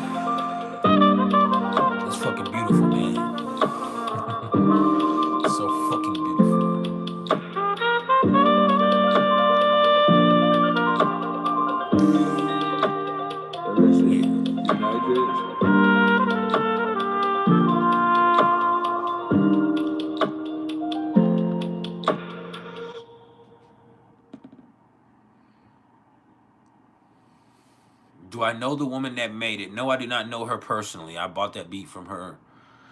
I think like 3 years ago, when I was trying to go through and get stuff that wouldn't get copyright, that wouldn't get pulled. So you know, instead of me constantly dealing with that, I would contact the people who made that when I heard it, and that's something that really stuck out to me. And so I don't know them. I've only communicated with them through email. But yeah, I don't even know if it's a girl or a guy. It's just their name is Felicity though, so I assumed it was a lady. Doesn't matter. It's beautiful art.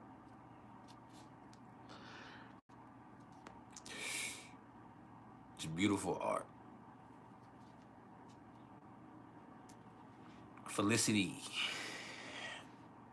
United, or Felicity Beats.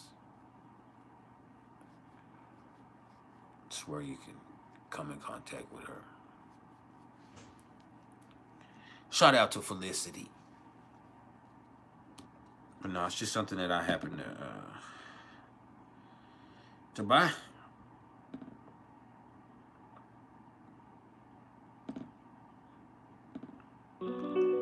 Now,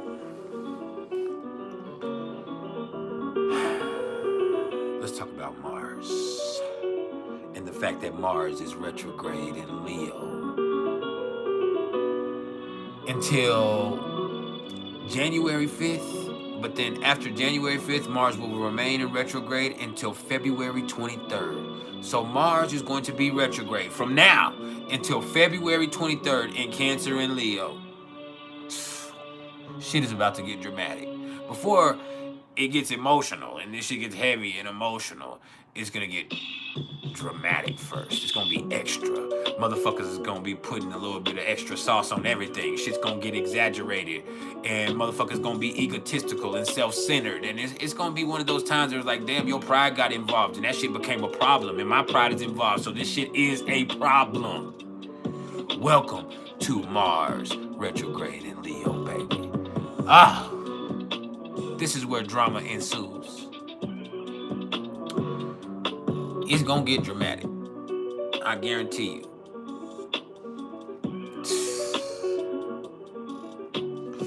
It's gonna be some drama.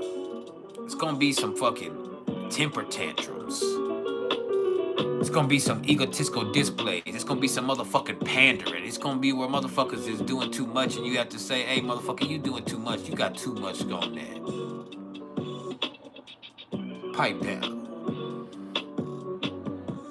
Pipe down. It starts out at 6 degrees. It'll progress all the way to, I think, 20 degrees of Cancer.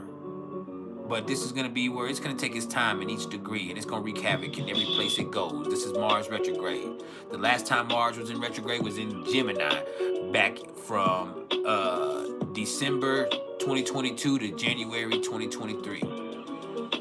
So at the beginning of December 22 to January 2023. Now this time, it's taking a little bit longer. This is going to be a little bit of a longer retrograde than last time. And the retrogrades are not equitable when you're dealing with Mars. It's something that's erratic, and when it hits, sometimes there's a shorter retrograde, sometimes there's a longer retrograde. This is one of the longer ones. This is almost 3 months that Mars is going to be retrograde. And it's going to make that journey from Leo to Cancer. So it's going to be egotistical, dramatic, extra, and then it's going to get emotional. And motherfuckers are gonna be so fucking sensitive. It's like you putting on the front,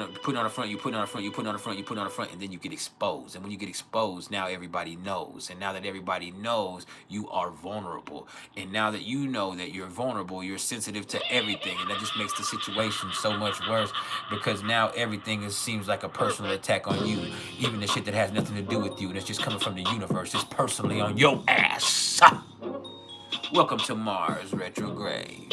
Now, like I said, for this first month, we're going to be in Leo. Until January 5th, we're going to be in Leo. So That means it's only going to move 6 degrees in this whole next month. And it's only moved 6 degrees in the whole last month.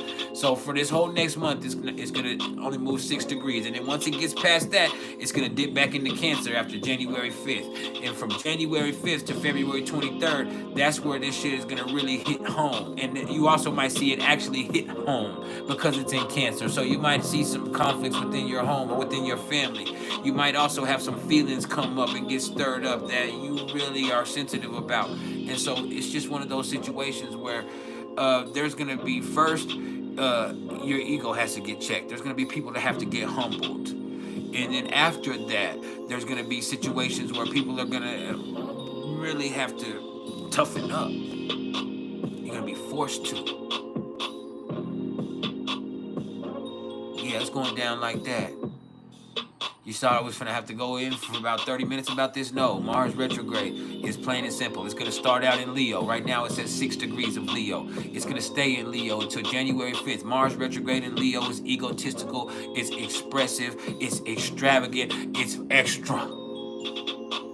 It's self-centered, it's dramatic. Like you putting too much sauce on that. Or if we wanna do it like we from New York, sauce. Hey bro. It's the source. Villanita, this is exactly conjunct your Mars. You're in a Mars return with the station in retrograde on your Mars. How you feeling? Are you feeling confident? Maybe this is where it can instill confidence. Maybe it can instill that confidence in you. Now, this is something that's natural to you. This is just your natural expression. It's just bringing out the best of you. But sometimes the best of you can also be the worst of you.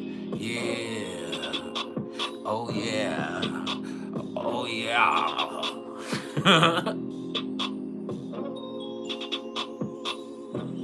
Hey, I need some of y'all to hit that Cash App, that super sticker, that super thanks for that super chat. Let me know you fuck with me for real before I get mad and go home. I ain't doing no motherfucking top 5.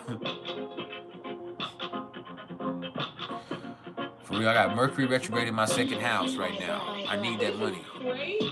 I got Mars in my 10th house. It's being affected.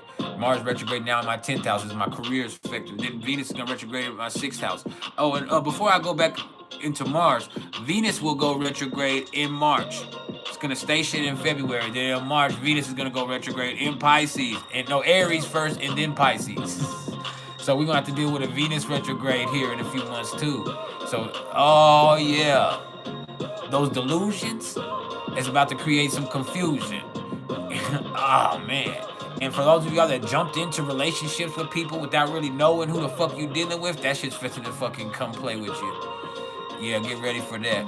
Now, right now, this is where you got to make it about you. You got to develop your confidence, but you can't just be pandering to a motherfucking audience. You got to be truly authentic in your expression. And how do you get like such? Well, it means through humbling experiences. All right? Now, Mars retrograde here is just like there's too much on it. There's too much extravagance. It's too complicated. It's too complex. It's too elaborate.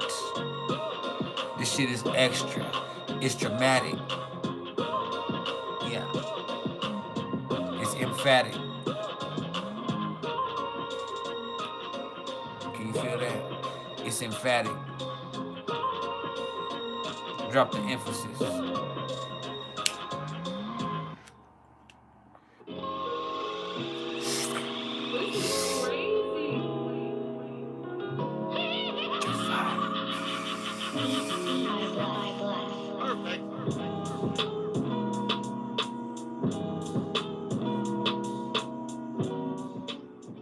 Is looking at all the guys that she dumped and thinking you really do have self-worth no matter what. It's natural, yeah.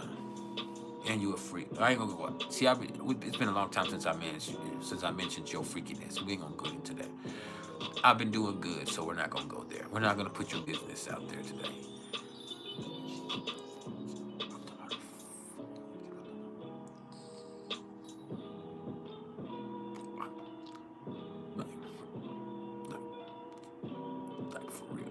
Hit the like button if you haven't hit the like button yet.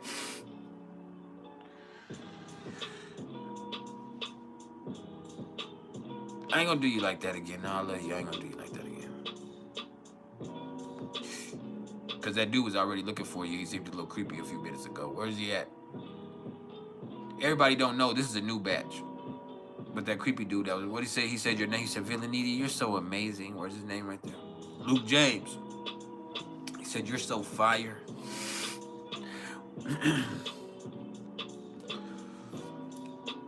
You're already creeping. Luke James.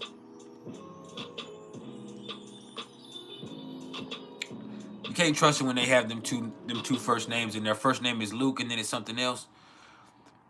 Because I'm telling you, my mother-in-law thought Luke Bryan, the country singer, was dating her for a year. She fucked her whole life up behind a catfish. Like, you should have known better, bitch. Like, you dumb. Let me shut up. See, sometimes you say too much. You shouldn't have said that, Rodrigo. You should have fucking said that. I'm so disappointed in myself now.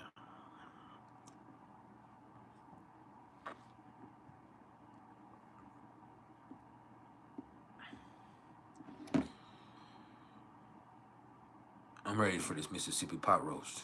I just don't want it. I want it to taste like peppers, but not be hot.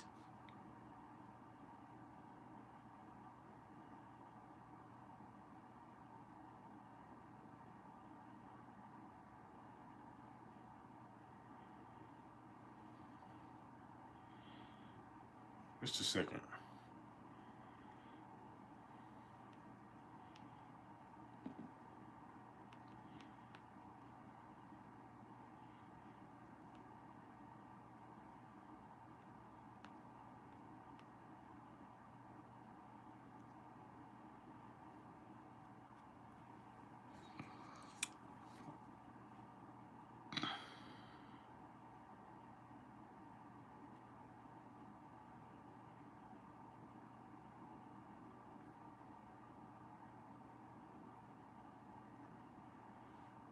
Anyway, sorry.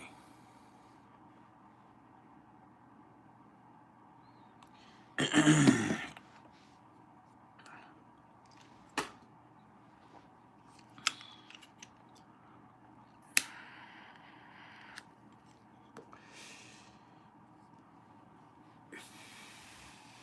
finna have one of these Mercury. We're finna have a Mars and Leo flex session. Watch me.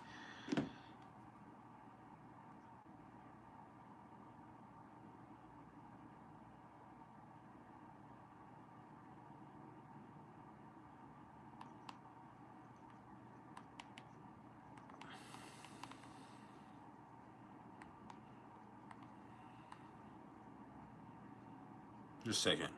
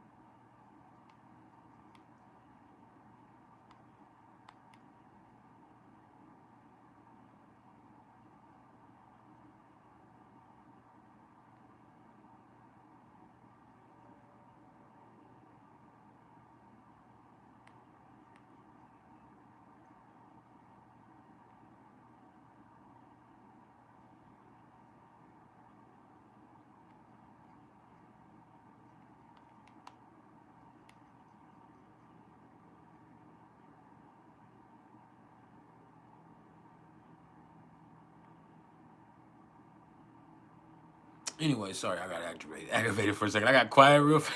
Like I got my ego involved in something real quick. Something, but I'm having a little something where somebody tried to flex on me in public. Like, don't try to flex on me.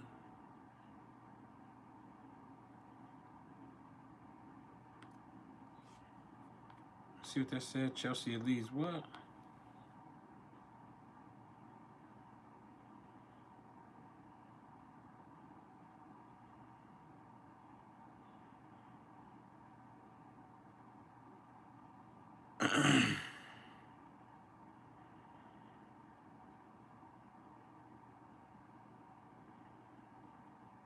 I'm excited.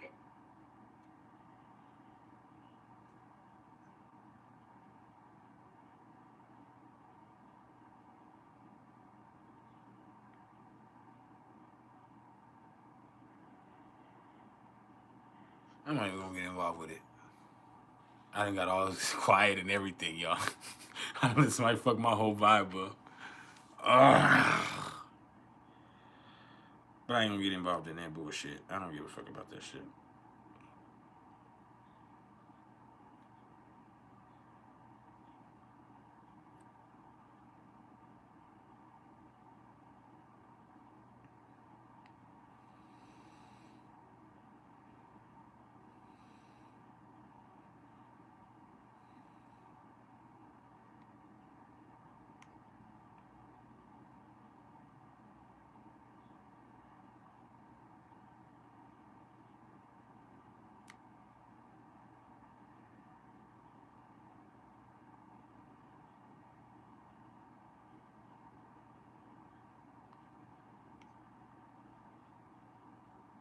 All right, now I'm getting over it. I'm over it. I'm not gonna let my. I almost let my. But that shit, it don't mean nothing to me.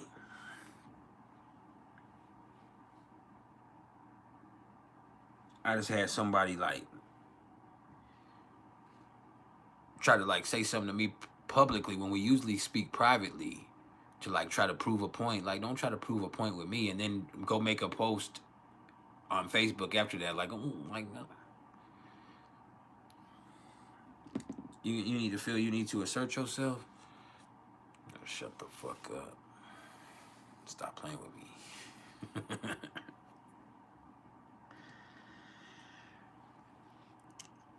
I'm back. It took me a second, but I'm back. I'm still like that. Once that ego gets involved, that's that Mars and Leo. I'm aware of it in real time. But once that ego's involved, and my ego is involved now, it's hard to like if me and you talk personally. Why would you say something to me? I mean, she didn't make a post about me, but say something to me publicly, then go make a post like you need to assert yourself. Like, we don't give a fuck about that shit.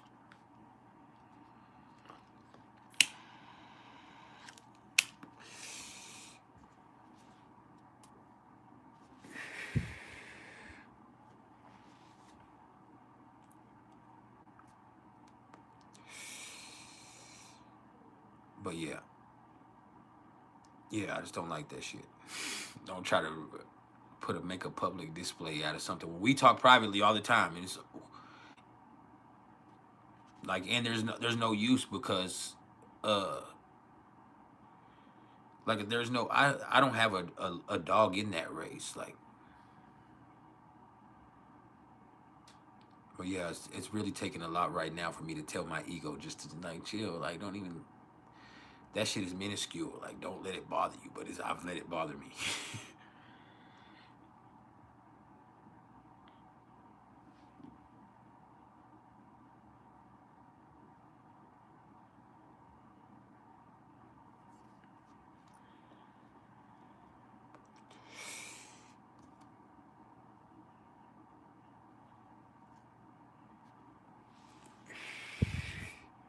But she's saying something to me about something I was playing about. Like, bitch, I'm playing.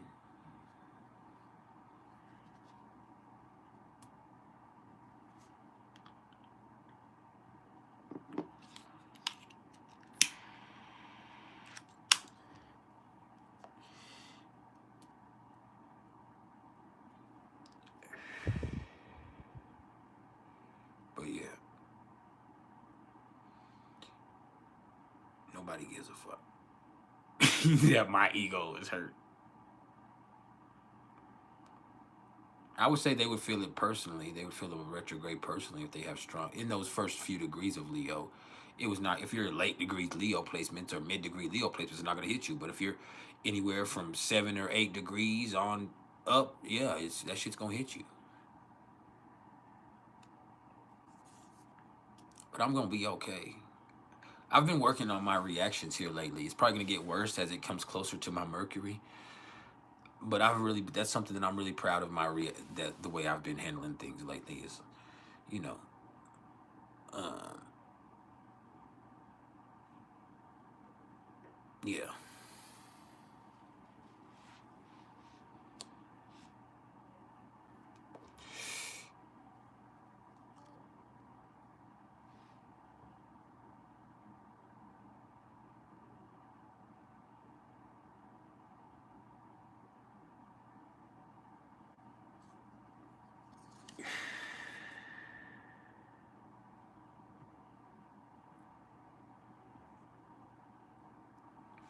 It'll be all right.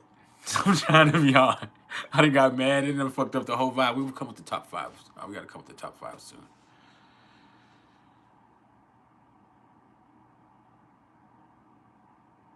You said, why is this not affecting you this much, this Mars return? Is it because Aries is intercepted in your chart? No, Aries has nothing to do with Mars and Leo. I know Aries rules Mars, but no, Aries has nothing to do with this in any way, form, or fashion. It probably is affecting you in a way. It's just your energy. You know, it's been on 6 degrees for a month. You get what I mean? Like, not for a month. It's been conjuncture Mars anyway for a month. It's been on this for like 2 or 3 weeks. And so yeah, it's been on there on top of that for a minute.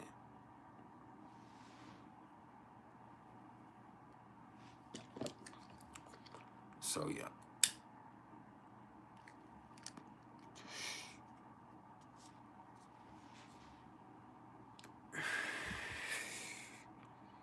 It'll be all right. To be honest, it's like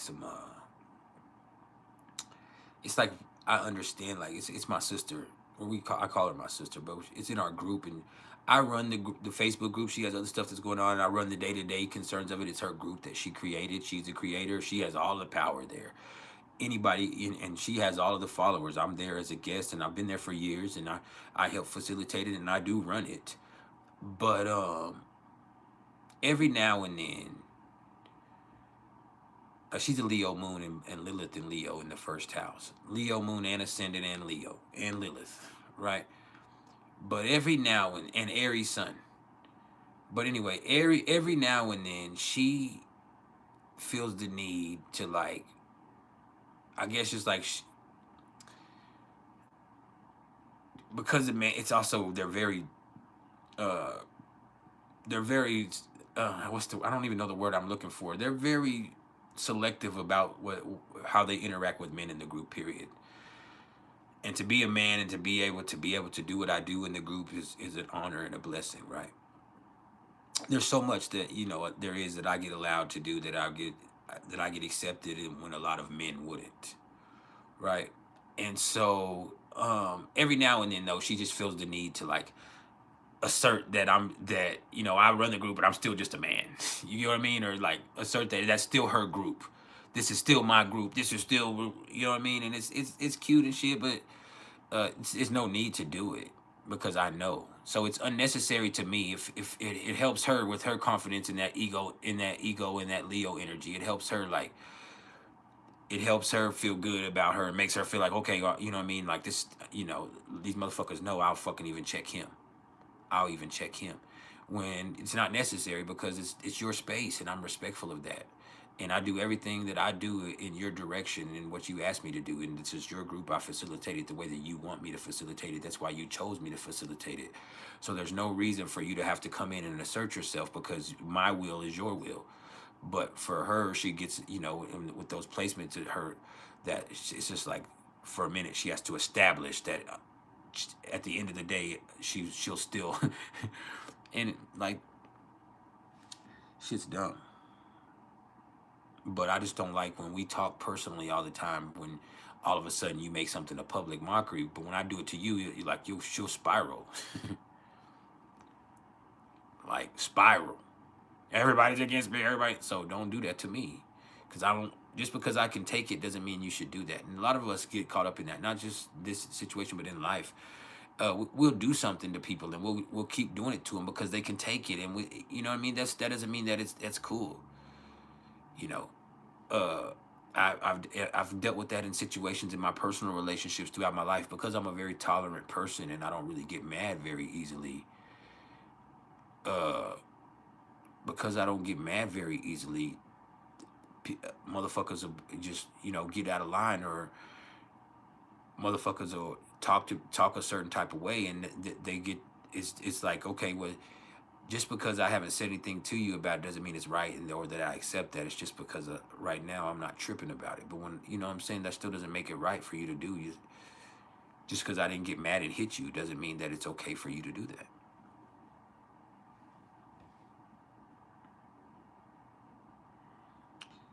But I don't pay that much attention. I've talked myself out of it being upset now. It took me a minute. I was like, but yeah, just to understand what's going on, it'll be all right either way.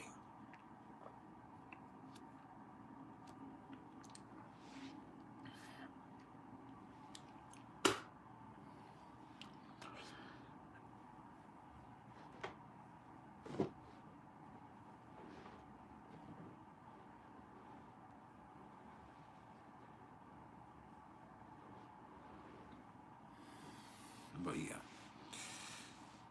just saying, I gotta stand up for a second.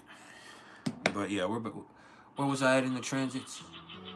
Now I gotta go through them quickly because I got off track. This is Mercury retrograde. Hey, have y'all noticed since Mercury's been retrograde, I've done other shit, but it's been hard for me to stay on task. Like, for me to just stay on task and talk about the subjects, go through the transits like I do, and it usually takes me an hour and a half or so anyway, but to go through the transits, to stay on task, and then get to the top, like, that shit has been fucking super difficult.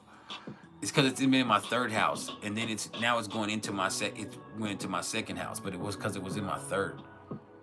It's really been hard for me to stay on task.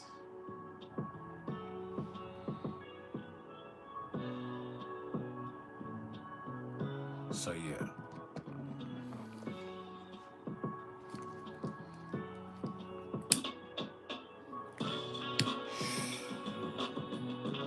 It'll be alright though. It'll be alright. Me.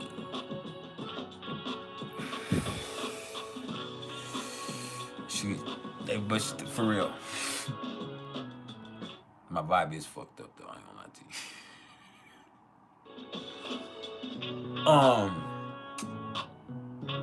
you. Yeah, Mars and Leo, it's just like ego gets involved real easily, and that makes conflicts. It makes conflicts. Mars retrograde right here. It's gonna be like that. And right now, Mars is just sitting there like trying to the North Node. So sometimes it's what you need. You need the ego. I said that earlier. You can't kill your ego. You got to integrate it. You can't kill your shadow. You got to integrate it. And so sometimes this is strong. It's okay to feel disrespected in a situation, but what are you gonna do about it? Do you have to have some arrogant display?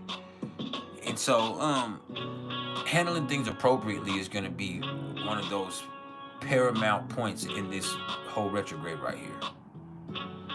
You can't kill your ego.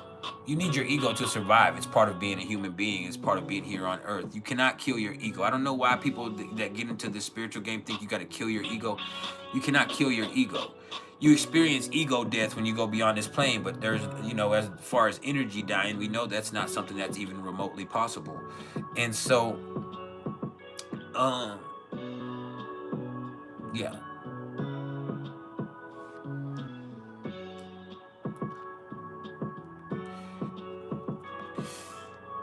It is what it is.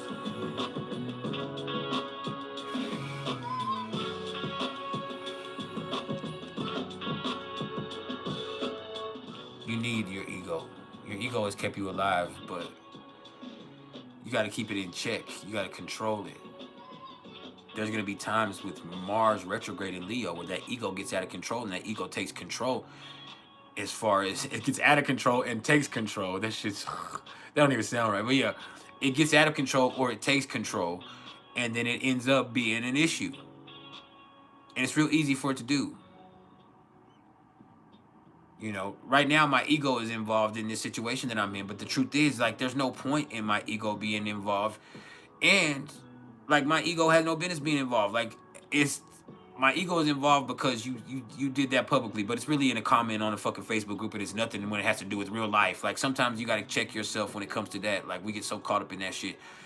And then on top of that, like, it's her group And if she wants to say that shit, she can say what the fuck she wants to say. And also being an understanding person, like, okay, but if I respond the way that I want to respond, that ego is telling me to respond, like, you know, ego is telling me to message her personally and be like, hey, you got something you want to say to me, just say it to me in this inbox like we always say it to each other. You ain't got to fucking put no public display out there.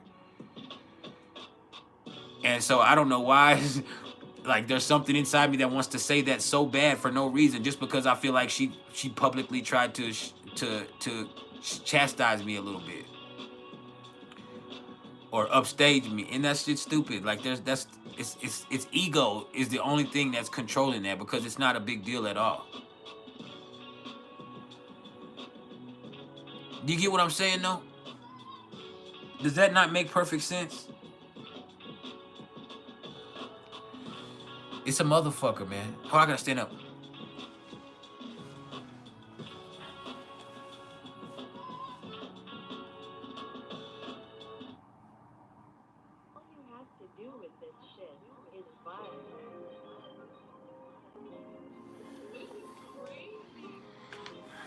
Oh, that's the one right there, bro. Hold on.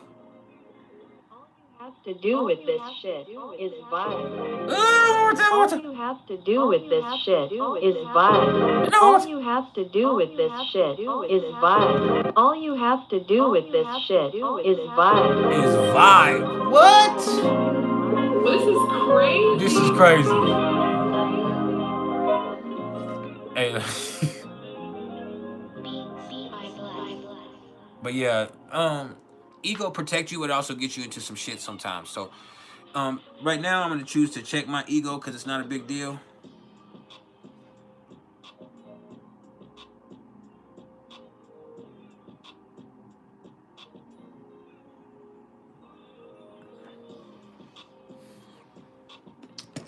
And it'll be okay.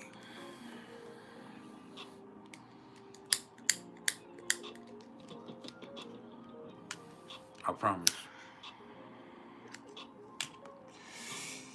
I promise.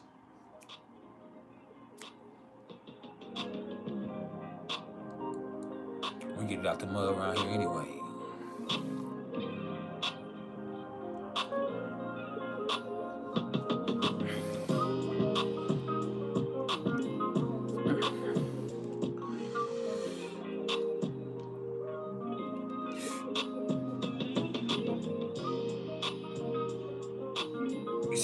That's what somebody with Sag ToP would say.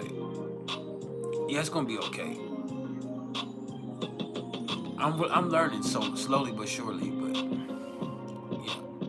But yeah, that's Mars retrograde in Leo. Get ready for this shit. It's gonna be worse. This is only the beginning.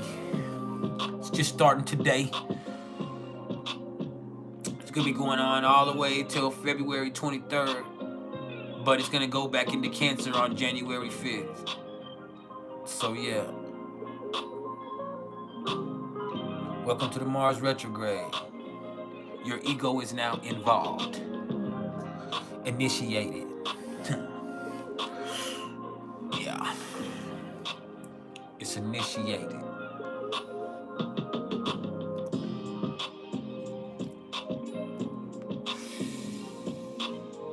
Jupiter is at 16 degrees of Gemini retrograde. That's just chaotic energy. There's so much going on right now. All right. And then people upstairs in their mind, they have so many thoughts going on at once. So how do you make it applicable? I don't know.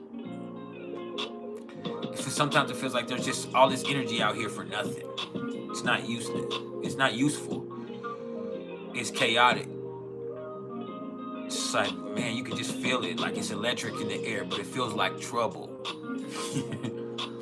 It's real easy to get overstimulated right now. That's the real. It's real easy to get overstimulated.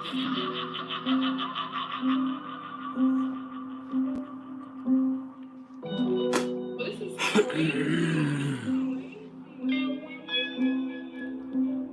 Perfect. But yeah.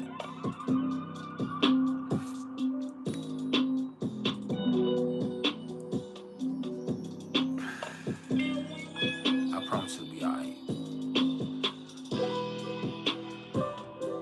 Jupiter is square to Saturn though. So it can't be too much right now. Jupiter square to Saturn, it feels like your energy is all over the place. Sometimes it can feel like you're going in circles. This is that mutable square. It is Jupiter and Saturn. It feels like you're not getting anywhere. That's what it feels like. It feels like you're treading water. Sometimes it feels like you're drowning or you're gulping. Yeah.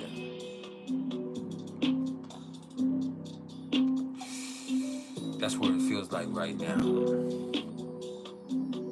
You're trying to search for the blessing, but it's raining and it's foggy and it's misty. You can't see shit. It's just an experience. And even that in itself is frustrating.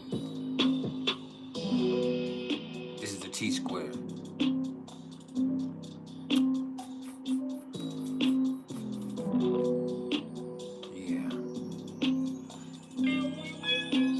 Fucking T-square. Saturn and the Sun and Jupiter. It just feels like there's a lot of energy out here, but it's like it's too much and it's useless. It almost feels foreboding, ominous.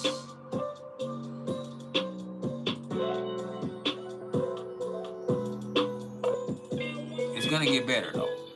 We'll come out of these retrogrades soon. We'll have all this stuff, but right now it's just like the world is in one of those places you can just look in the world in your own personal life. Like for me, I see things get better, but also it's like damn, like it feels like things are stagnant right now a little bit. Like I'm still running in circles.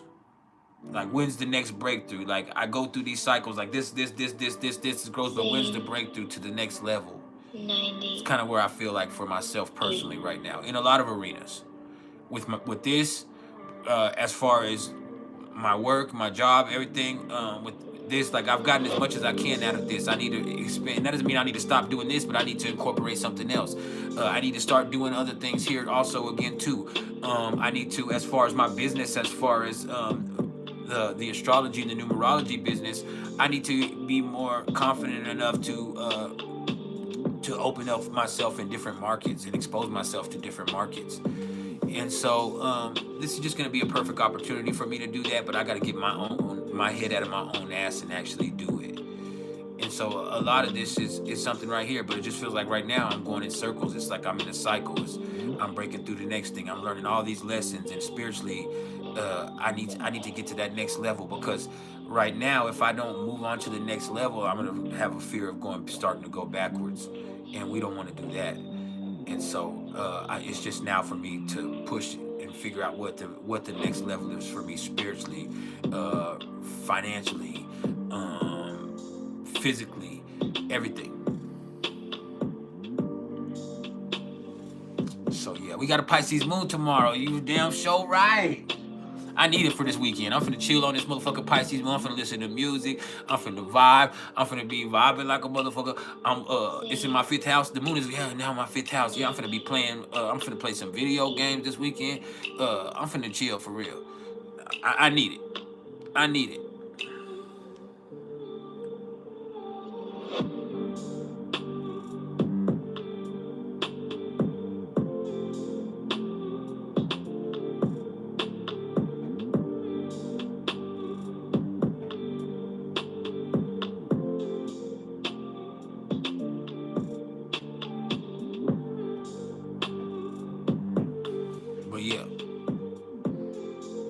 I got over my ego problem. I'll get over it. I gotta just keep that in mind of what's going on and everything, and we'll be good. All right.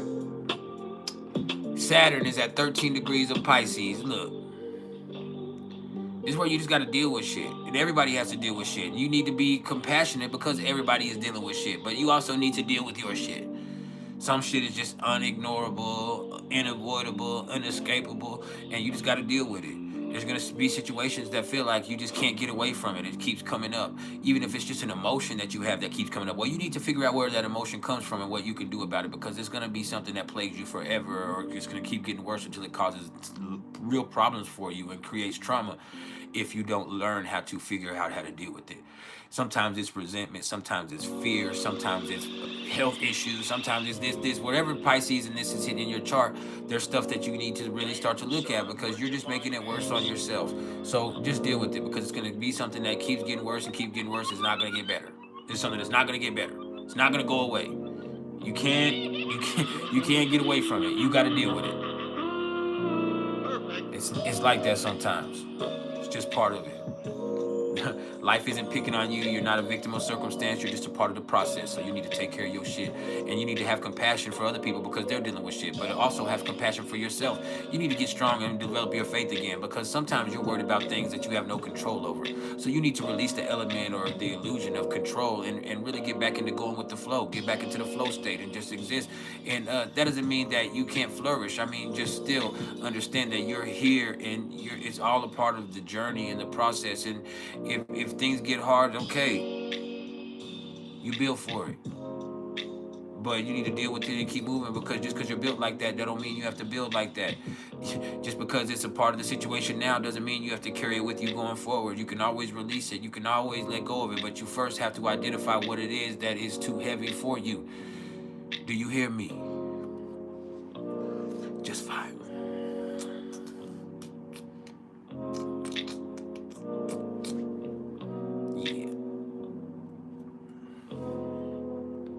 Something like that.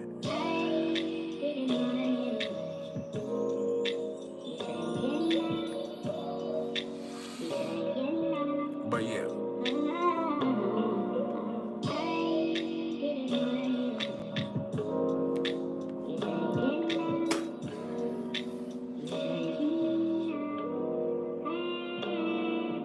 You said you wonder if you get high more when it's in your 12th house in Pisces, maybe. But yeah, Uranus 24 degrees of Taurus retrograde until January 29th. And that means right now things are steady. But I don't want you to get the illusion of things being safe or secure. The world is an unstable place right now. So you have to find a secure place for you to operate from. But I'm not talking about a physical setting. I'm talking about a mindset. So the best way to establish that is to take personal inventory of who you are and what you're willing to do to make money, where your morals stand. What are your values? What do you see as valuable in your life and what is also disposable? Because there's going to be some point where some things are more than they're worth. And there's also going to be things where your values shift. And ultimately, your values have shifted over the last few years. So it's a perfect time for you to feel like, or not feel like, but to realize where your values are. And so just try to figure out where you are and where you stand and that gives you the best chance moving forward. All right, but right now, while things are steadier than normal and things seem to be flourishing and prospering, you can see Bitcoin is really doing its due right now. You can see cryptocurrency is making a comeback in a way that some people will say, well, I've been foreseeing this is why I've been down with it.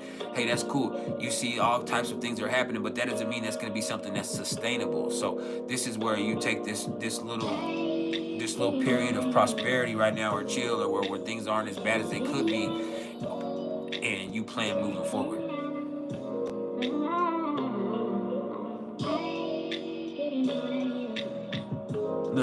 Look, Luke James is on Villanita. Luke James, we ain't even here bothering Villanita in my chat.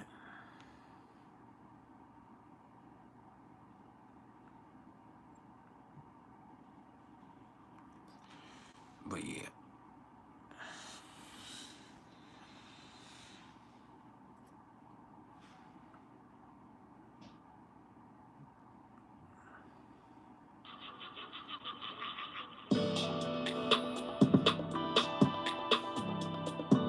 Hey, that one right there, bro. Damn, I fucked it up. I fucked up on my soundboard.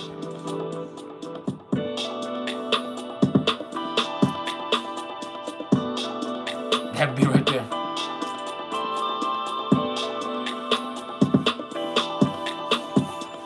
I like that right there. Now, Neptune. Neptune is at 27 degrees of Pisces, retrograde, till tomorrow. So Neptune station, and it's just like tomorrow. It's just like things are gonna get confusing again, and that's funny that we have Mars stationed in retrograde and then Neptune coming out of retrograde. And the thing is, it's just like now you're getting fooled by the bullshit. Once again, now you caught up in the bullshit. And then I'm not saying that you were right before, but now it's just like once again, like your ass is gullible more than ever, and your ego's involved. And so you have to start to really figure out what's real for you in your situation and what's right for you, separate from those projections and expectations. All right. And so that's your own personal journey. We get so caught up in the culture, and this culture is so projective that with this right here, like you're looking for somebody to tell you how to deal with this and what this is. And no, there's certain things you need to figure out for yourself.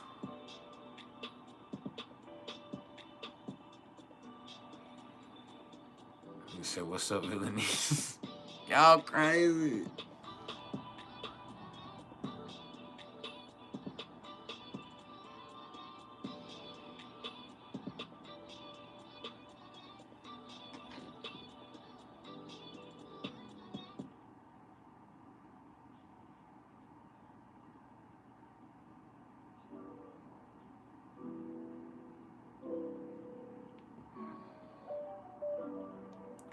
Ooh, I like that right there. But anyway, yeah. Man, y'all, we've been here for a long time. Y'all gonna be mad. I don't know if I can get to the motherfucking top 5. I got it. Pluto's at 0 degrees of Aquarius. This is change. This is revolution. This is CEOs getting knocked off because they not playing about this motherfucking insurance. This is everything. Like this, the world is changing. We are in a revolutionary period. Don't get it twisted. Now, how are you gonna handle it? That's the question you gotta ask yourself. Is how are you gonna make it through this revolutionary period yourself? Yeah.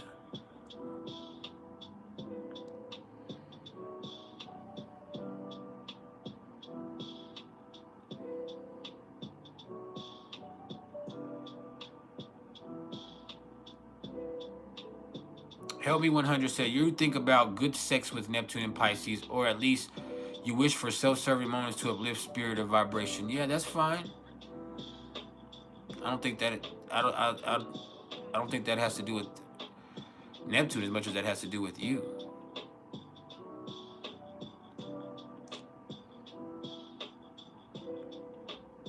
I don't know where you would get good sex.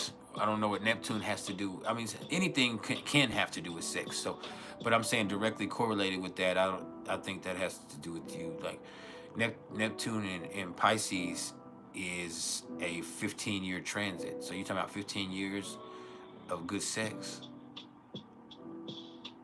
I think that's what's about, because this is about the culture. It's about spirituality being a fad. It's about reality not being reality. It's about everything being a projection. It's about people projecting themselves into the expectations of others. It's about this culture being a copycat culture. It's about people being so caught up in the appearance of things, they forgot what it's really about. It's about people forgetting that spirituality is an inner journey inside of yourself. It's about us reestablishing that feeling. It's about us being more connected than ever, but being more confused than ever. This is Neptune in Pisces. So I don't know about the good sex, but I definitely have an understanding. Help me 100.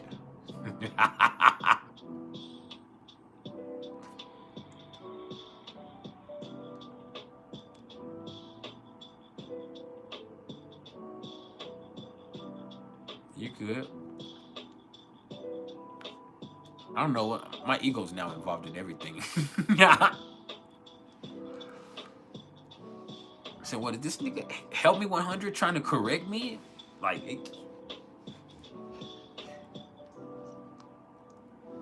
but yeah, the news on some extra shit. I really am. Chiron is at 19 degrees of Aries. That's just the awareness that you need to hold yourself accountable. There's gonna be situations that are forced into your awareness. It's like, man, now you have to deal with it. You're confronted with it. And now that you're aware, you got to be accountable. And sometimes the accountability isn't a bad thing. Sometimes you need a pat on the back, but other times you need a kick in the ass. Which one is it? Yeah, this is Chiron in Aries. This is the universe giving you a push in the right direction. But sometimes that's not going to be comfortable for a lot of people because they don't know how to move assertively. They're waiting for something to respond to or react to it. They're waiting for somebody to hold their hand. And no, you got to do it for you. And once you're aware that it needs to be done, you got to do it. You're then accountable. You dig? You dig?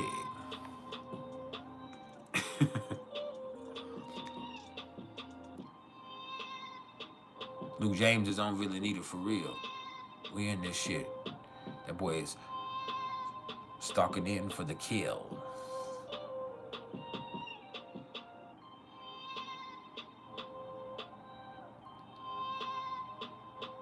Now we family. I've been getting my ego involved in everything. I still keep going back and checking to see if she responded to the little. I didn't say nothing, but like, hey, I was playing. But I'm waiting for her to say something else egotistical so we can get into it. I'm waiting to get into it. Like, I know you. Is this what you want to do? You want to get into it?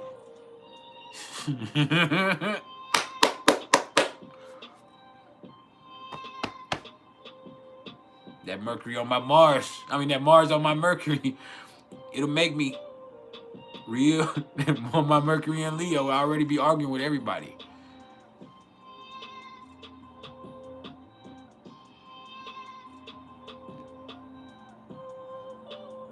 Say, shut your mouth, you imbecile.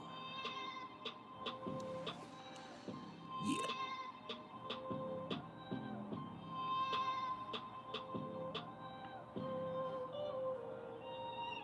Right.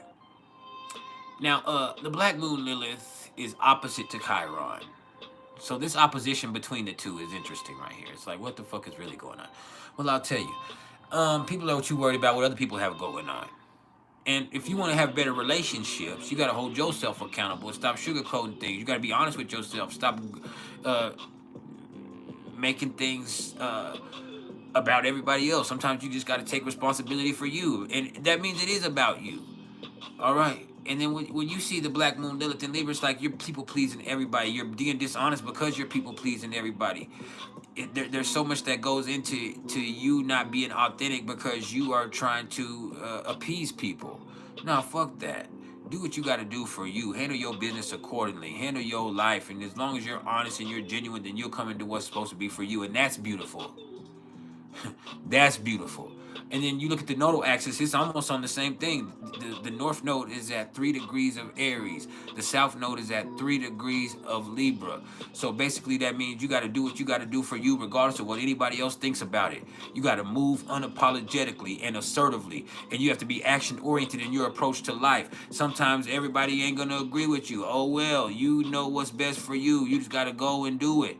And this is about really doing it, not thinking about it, not pondering it, not asking for help. It's about you doing it for you for once in your motherfucking life, man. Shit. I think I done lost my motherfucking mind, cuz I'm crazy.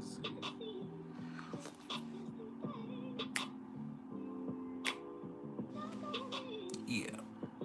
Now, as far as the numerology, today's where you empower yourself. You take it to the extreme if you have to. We're in an 8 vibration today. How do we get to the 8? Well, I'll tell you. It's December 6th, 2024. So December is 12. That's 1 plus 2 equals 3. You take that 3, you drop it down. You can't simplify that any further. It is the 6th. You see that 6? You take that 6, you drop it down. You don't simplify that any further.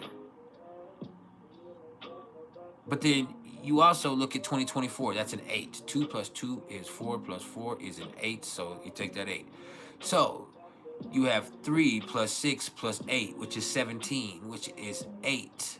But there is a 6 connotation, which is interesting to this. So you got to make a commitment and to empowering yourself. And not only that, sometimes you got to get your home life right. You got to get start at the base level and not lay the foundation because that's a 4, but you got to start at the base level and you start from the inside out and you empower yourself and you uplift yourself and you take it as far as you need to do to put yourself in a position to win. But there's going to be hate. It's just one of those extreme energies.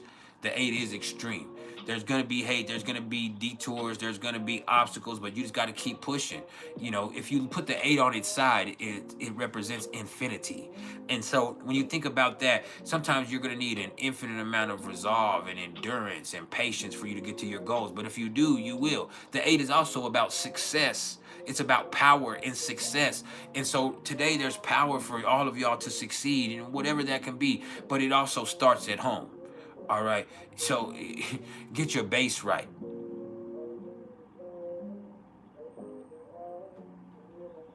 Get your base right. Hey, y'all, there y'all go. I can't see your pictures.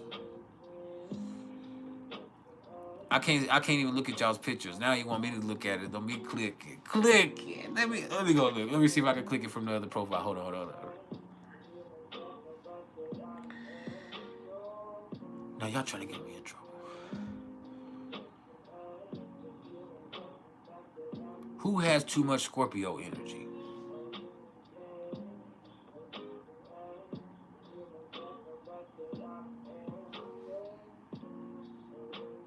Let me see. I got something going on.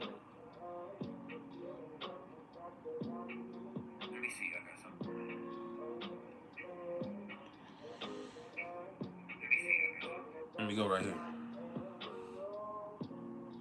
Oh, there you can see the pictures. Hi, Villanita. Now I can see your face. Hey, nah, we ain't gonna start being disrespectful, Luke James. Talking about I bet you're naughty as fuck. This nigga got too sexual and too fast. We not gonna do that. We ain't gonna do that. Y'all take that freaky shit up to Dolo's chat. Go take that shit to the Soul Tribe. Y'all go talk freaky to each other over there. Don't be hitting on the women in my chat. These my ladies. You wouldn't know what to do with Villanita, no way.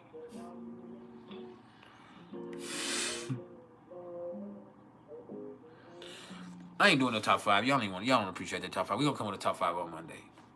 We retrograding. Can I come with the top 5 on Monday? Y'all gonna be mad at me if I come with the top 5 on Monday? I have it written. I have a top 5, but will y'all let me make it? Can we do the top 5 on Monday? Can we please? Can y'all let me do the top 5 on Monday? It's just I let my vibe get off.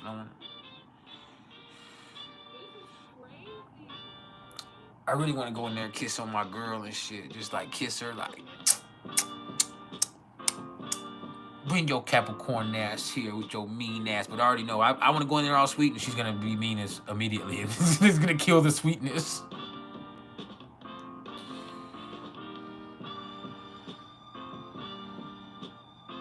Know what the fuck to what?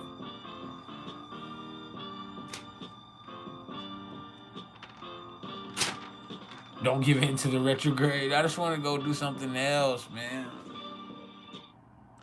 Like, I love y'all, but I just want to go. Like, I've been here all this time for free. Like, if I'm not going to be getting paid, I might well go be up or go play. Do the Talil dance.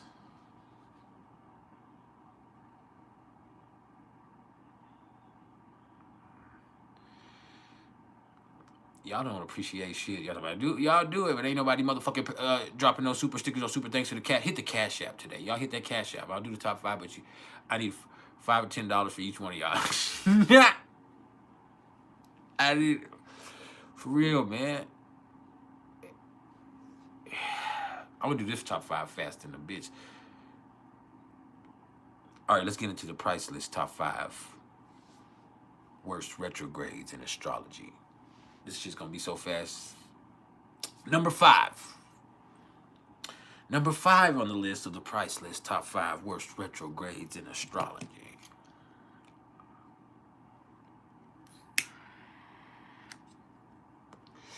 Is who on Twitter? I'm not on Twitter. Am I on Twitter? I never knew I was on Twitter. I don't think I'm on Twitter. I don't be on Twitter because it'd be too much pornography on Twitter, and I'm a recovering addict, so I stay off. I stay from anything pornographic. On Twitter, it ain't nothing for you to just come into some motherfuckers just on some real freaky shit real quick. Like, dang, they doing this right here on X. But yeah, let's get into the top 5 real quick. Number 5 on the list of the price list, top 5 worst retrogrades in astrology. And I'll probably drop this as another video too later. I'll just like redo the whole thing as a pre-recorded video. But number 5, Pluto retrograde. And here's the thing with Pluto retrograde. In transit, there's going to be some times where Pluto retrograde feels like it's fucking counterproductive. Like this last year, you know, or it feels like there's a reversal of interest. Like we did all this progressive stuff. Like this whole last year, we had Pluto in Aquarius. And then right at the end of that, Pluto retrograded back into Capricorn. And what did that do? It made people so stressed and frustrated and so worried that we went backwards.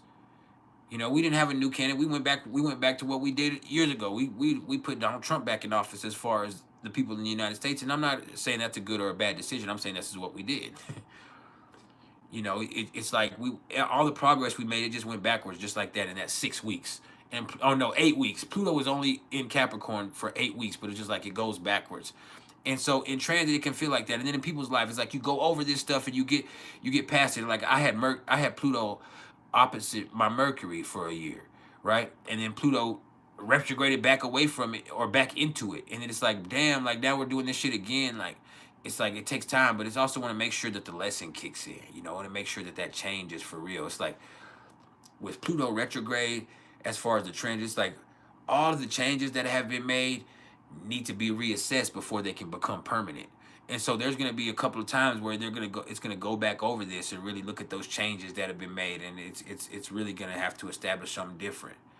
And then natally, I have Pluto retrograde natally in my first house in Scorpio. So I know it very well. Natally, it's like the native is constantly fighting inner battles to change. It's really unsettling. And with most people, with Pluto being direct and like if it's in their first house, for instance, like myself, they're the type of people that the energy, when they walk in a room, they change the energy of the room, right? Well, with Pluto in retrograde in the first house, it's like sometimes the energy in the room will really affect you. And so you gotta really push away from it. And you're just like, you're fighting an inner battle with everything that's going on inside of you, but also everything that you're picking up on externally. And so it just creates one of those things. And I will say, when we're talking about retrogrades, the house, just as much as the sign, but even more than the sign, the house placement that the retrograde falls in for you, both in transit and natally, is always going to be very important, because that's where you're going to be most affected through that retrograde. It's not just the sign, but more or less the house placement. You have Saturn retrograde in your second house. It's not you have Saturn and Sagittarius retrograde. It would be more appropriate to say you have Saturn retrograde in your second house. Now, the sign is, of course, going to be something that you need to assess. But more than anything else, that there's going to be a specific energy that plays out because of it being retrograde in that house for you. And so for me, this is something that I've seen play out in my life. And with Pluto retrograde in the world, it just is like, man, we go through these changes. There's this progressive period. There's this intense stuff that happens. And then like you have to go back over and have some more shit happen, or you think you get past it and then that shit comes right back up again, or you have to reassess the ramifications of that happened, and it really makes these changes more complicated than you thought they were going to be, or it brings even more change into the mix because you thought it was over with, but it wasn't. And so there's just a lot that goes into that. How many of y'all here have Pluto retrograde in their natal chart? It's retrograde for half the year, so a lot of y'all should have it. Or for at least 4.5 or 5 months.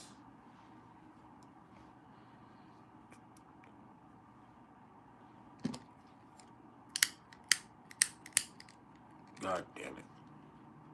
See, y'all don't appreciate shit. I'm finna get off of here. We finna just do the top one. That was the last one we doing.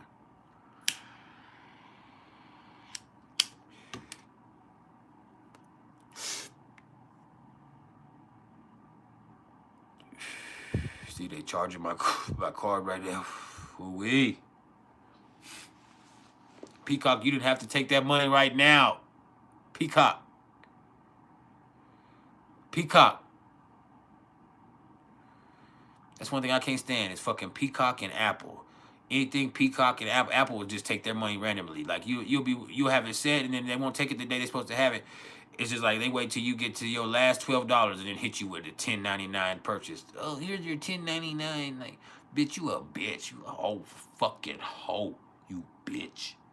Fucking hoe bitch. See, that's what's worse. When you say hoe bitch, that's when you know it's really hateful. You gotta put that double one on there. You fucking hoe bitch. But yeah, motherfucking Peacock just in, man. I mean, the reason I love Peacock is because they have the WWE network, and every now and then they have a new movie on there that's in the theaters that Peacock will play. But yeah, and they have games that they have games and sports events that play specifically on Peacock. Can't just be on NBC, but it's on Peacock. See, a lot of people don't know that those streaming services are aligned with those TV networks. Peacock is just NBC. Paramount Plus is just CBS. You dig? Hulu is just ABC. Look at the shows on Hulu. Those are the ABC shows. Disney is ABC and ESPN. So that's why Hulu is with Disney Plus. Disney Plus, Hulu, because all of that is ESPN, ABC, all of that same family, which is the Disney family. And so Disney owns all of that. And then, like I said, Peacock is NBC, Paramount Plus is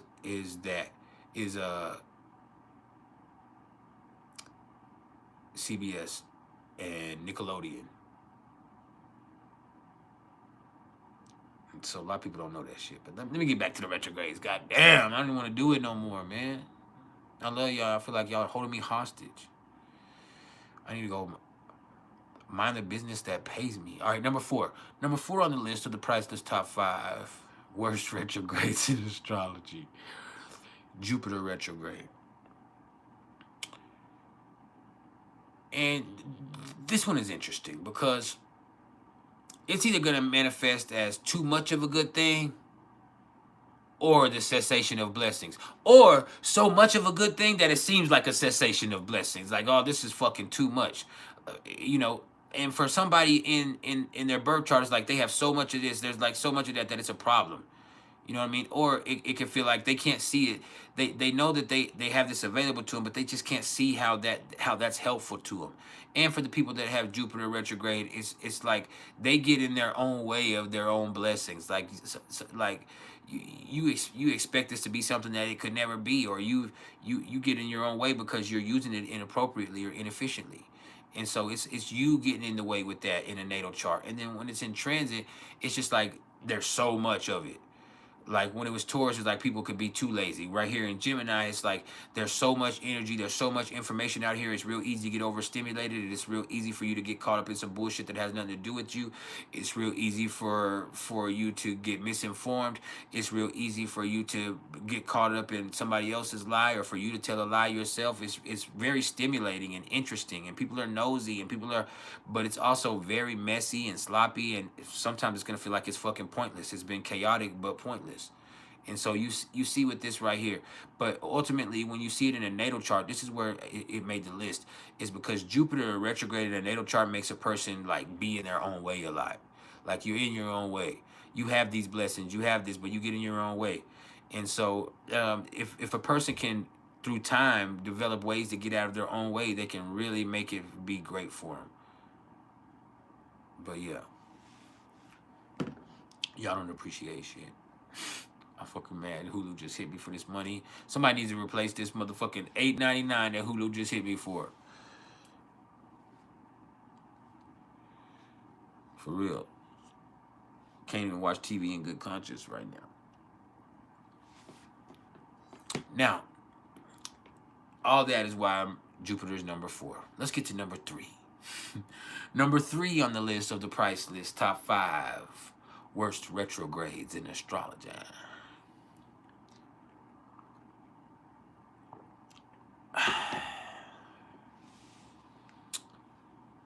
Mercury retrograde, where we're at right now. And people say, oh, Mercury retrograde should be number 1. No, it's not. Mercury retrograde, to be honest, it's just more frustrating than anything else. Yeah, there's stuff that happens, but it's frustrating, and it happens more often than all of the other ones, so you notice it a lot more.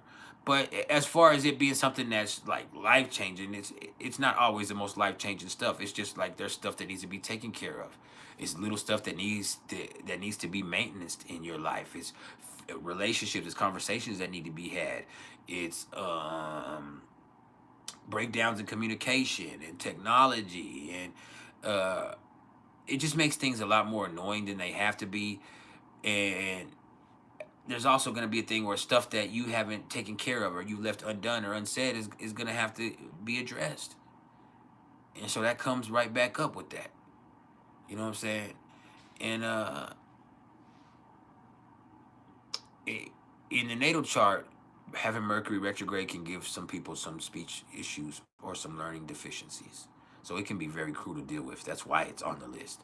And I mean, because it is one of those things that is very problematic. But in a natal chart, having Mercury retrograde in transit isn't as bad as somebody who's born in Mercury retrograde, because sometimes it's like they have a real hard time concentrating. Sometimes it takes them longer to get things. Sometimes they don't have a disability, they have a deficiency, or they have a different way that their brain is working.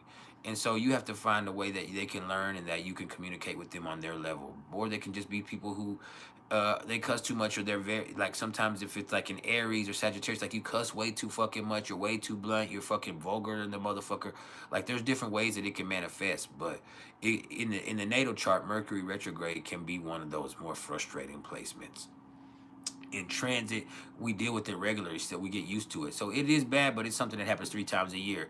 And there's not the most horrible things in the world happening to you 3 times a year, every year. So I promise you it's not as bad as it could be. That's why it's only number 3. But yeah, car trouble, lying, bullshit, chaos, it's all a part of the process. But it's like, more than anything else, it's the things that have been unmaintained and unmaintained, or things that have not been given closure. Like when you talk about your ex coming back into your life, it's because that avenue is open for them to do so. And so if that was truly killed, that path wouldn't even seem available to them. And so that's something that has been left to a point to where now y'all can really have to address it. So all of that is why Mercury retrograde is number 3. See my honey outside with that big booty. She got a big booty. Big booty. Shall we call her big booty? Sorry. Number 2 on the list of the PrIcElEs top 5 worst retrogrades in astrology. This is Mars retrograde. This is also where we're at right now. And first of all, you have to understand Mars is energy, action, assertion, aggression, sex drive, and a whole bunch of other stuff too. But you have to think now when this is off, even just a little bit off. At the least, it makes things inefficient or fucked up, interesting, dramatic, like we have with Leo. But at the worst, it can be violent, dangerous, deadly. Yeah, Mars retrograde can get like that. And when you deal with it in a natal chart, this is where a person can have issues processing their anger or dealing with their anger. And so you can have somebody who bottles it up or somebody who does it, and then they're dangerous. For me, it took me a long time for my Mars in Capricorn to kick in. Mine is retrograde. I have Mars in Capricorn. I used to be a lot different when I was younger. I used to be just mean and frustrated and sensitive to everything. When I got older, because it wasn't natural for me as a Mars in Capricorn retrograde, as I got older, and even in my 4th house, as I got older, I learned how to control myself and do differently. But I just had a very instinctive response with Mars retrograde in my 4th house. And so that Capricorn eventually helped through the retrograde. Through time, I learned how to control it. And now I'm very self-controlled and self-disciplined. But when I was younger, I wasn't. And some people will say that's everybody, but no, it's not. And ultimately, you know, with Mars retrograde, it can just make a person very volatile. And I have been very volatile before. I might not seem like it now because I'm not like that now. But there was a time in my life where I was a very physically violent person. And where I have had instances where I have hurt people, like for real, hurt people. Even when I was a little kid, like I used to beat the shit out of my little sister. Like, it's not funny. We played about the jokes, but like seriously, like we would be little kids. I'd go in there and mollywop her for no fucking reason. Like, just because I was that's just how I was. And I would in my mind think I was maybe toughing her up, or I was like, but that shit was just like crazy. Like I was a badass little kid, and I was very physically violent when I was younger, and I had a horrible temper. And eventually, it developed to do where I have one of the longest fuses there are.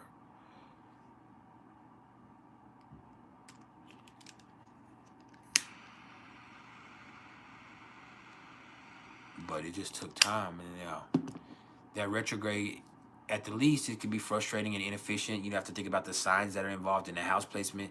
It can also be where people repress their energy or their action or their sex drive, and that shit comes back to get them.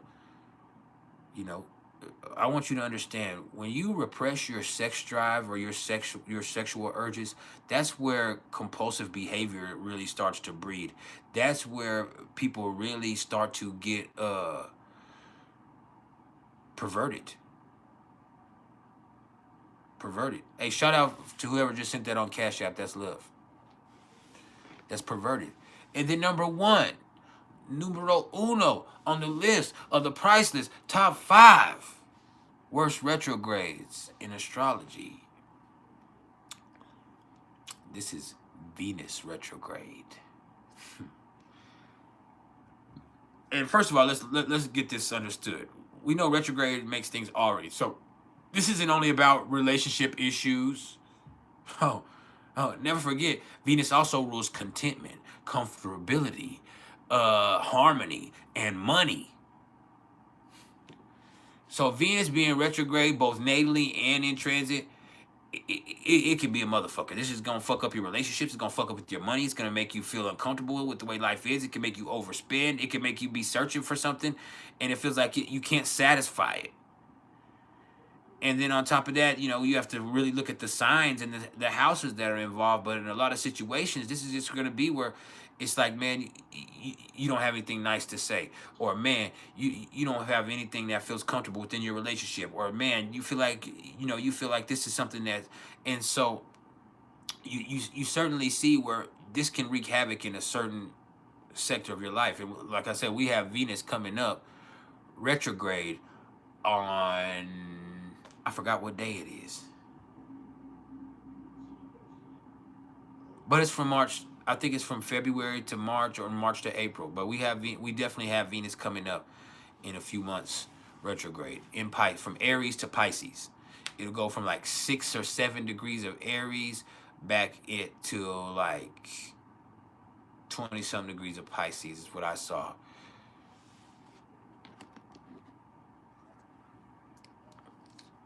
But yeah, it'll be all right. Venus retrograde is the worst. Because for us, if something fuck with your money, if something fuck with your relationship, if something fuck with your level of comfortability in life, something making you not be able to enjoy yourself, something making you feel unsatisfied, like that is something that can really become an issue for you. And it's something that it really stems from those feelings. And you are a feeling person, even if you're a person who says, I'm not emotional, I control. No, that's not what I'm saying. You are still a feeling creature. And so when Venus goes retrograde, you are going to feel it.